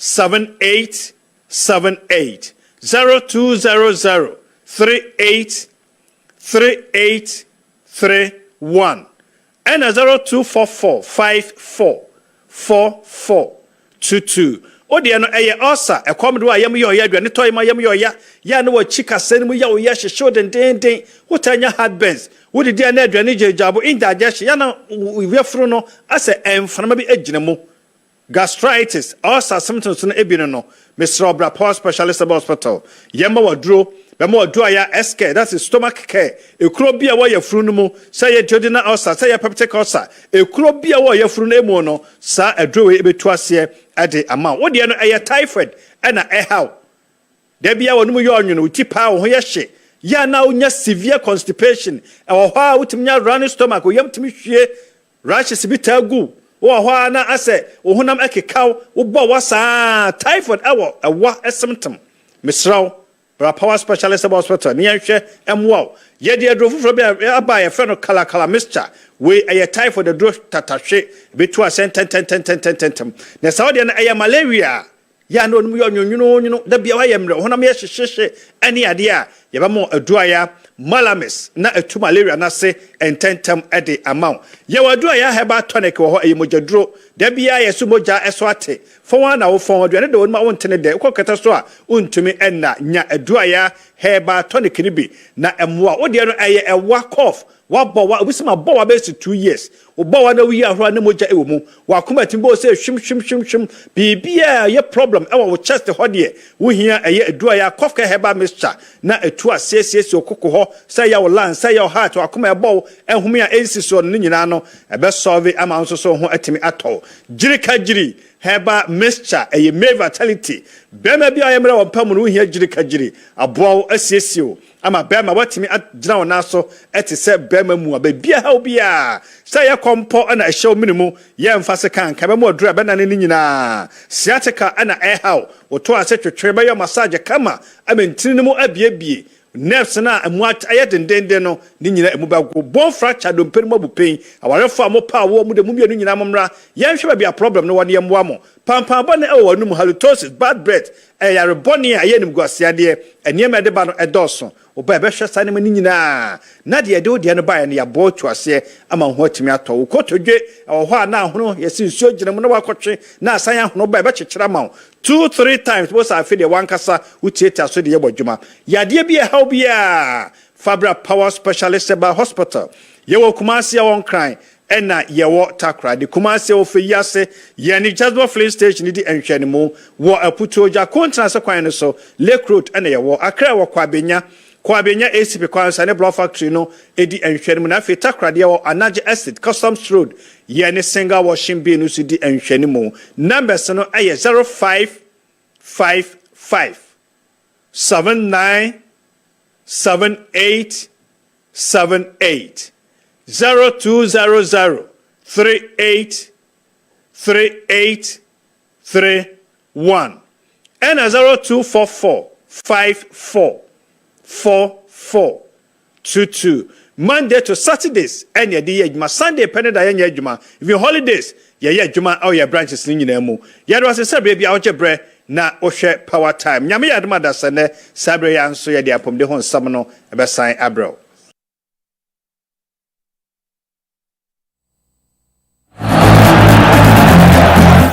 Listening to 93.3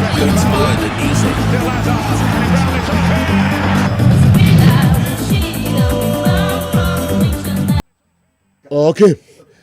Yan Saimra na kakraka yemfa mama for adofo mo amhwe ni mo amutie pe se odi bibia eba kwanda ho fre 0551444933 na fa wadwenkyere enso bra program no eso manya me first caller. Hello, good afternoon. Hello, Joe. Yes, sir. Good afternoon, Joe. Me too, pa. That is I wo Ekobens bra. Jacobu bako. We are Jacobu ahaboko. Okay. Joe. The football na yedo ko mari de. Take the ana andi kan. Kam ni ya gele se. Yam si e bodi die ni keke. E bi ni o frɛ alaji e ure. Ya bi tie the messages of the football no. What the messages in the bar. When you move papa. Oh, na football na ye no. So everybody anyamra no yirikiti ni e di agro no. Agro se be ye nika, e be ya konno, am ni penti. Se the abo kraman eni penti ko yire mu abeso a. Oni mu nsan mu, e mo ni pa ho do, ani ni gienti. E wa se na wo bra kana kan. Ade amu ye. Football understanding ni pen thing. So kente, and am di start agro, afa ni ya se league ya. E dia se o tie mu. No can be on to mra de ni mu wadi bo wono ma nyam ransam football no eni kasam to mo sisam na nya no ye de go game ni kuma ni nya me nya ma do but that's ene Jacobu lines no eye pa okay anantai enye ma me fa kakra bi nka ho mre no kire me se nya na me peja mu. Hello, good afternoon. Hello, good afternoon. Oh, Obia radio, who TV ah. Okay, mama you feel so. Na me fa de why ready Emra. Okay, mama show we and so. I'm trying to picking fast na yen shade or the. Hello, good afternoon.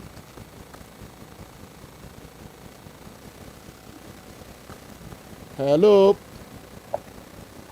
Hello. Yes, sir. Good afternoon. Hello, good afternoon. But you can say oh. Hello. Me too, Kapa. Me so can say free frozen. Lancy, do a bianca, I and a Cassam ground. Hello. Hello, good afternoon. Hello. Hello, good afternoon. Hello. Yes, sir. Good, my TV no do. Hello. Yes, sir. Hello. Kala Junior Ben. Hello. Hello. Yeah. Hello. Hello. Hello. I don't know. Lines, no, I don't know. I don't know what's happening. But hello, good afternoon. Good afternoon. Hello. Yeah, good afternoon. Hello. Hello. Mekasa Monti. Hello. Hello, good afternoon. Yes, sir. This is free. Joe, a design. Yamia do now so. Joe, design. Who ya pa now so. Hello. Kasima ba ko na epede mu. Kala and the lines, I don't know what's going on. Yes. One for fire pa. I don't know what's going on. We move on to minim mekasa omuntu. Omuso kasa be meti no hapa. Bonim. Jira. But I'm down for Frank L. Peace and Love Hospital. And there a Frank birthday. You know, we were showing a happy birthday. Now, Compon Shakufi. Now, Onyana Kessia. Sanso, Ena, Okatechi, a senior Arafat, or Canada, or non so, or happy birthday. You know, Mary. Okay. And then a bright appear, and so birthday, bright appear. It I throw sepasi. And then your birthday, we a waiter, or Ambi. I'm told so we're a hard-working guy. If you manager David of Ambi, Sepasi, happy birthday. All right, my young we and so happy birthday to you, Perceiver Owusu Adumako of Christ Foundation Academy, and then also birthday Perceiver Owusu Adumako Christ Foundation Academy. We if we parents her Linda ɛna owner ɔmo nyinaa no ɛwɔ show happy birthday kala yɛkɔ just a word na ka ti futi ase na ne birthday oh anti me chia na busuafo na rene ne mba nyina mo hyeden pa okay yɛde ɛbɛsia na nida ko mensa kan so message baabi awo bia me chia pa na uni krom ha squad ne nye complete o ana oko Nigeria right oko Nigeria okay uni krom ha that squad no aye bibi omo bibia no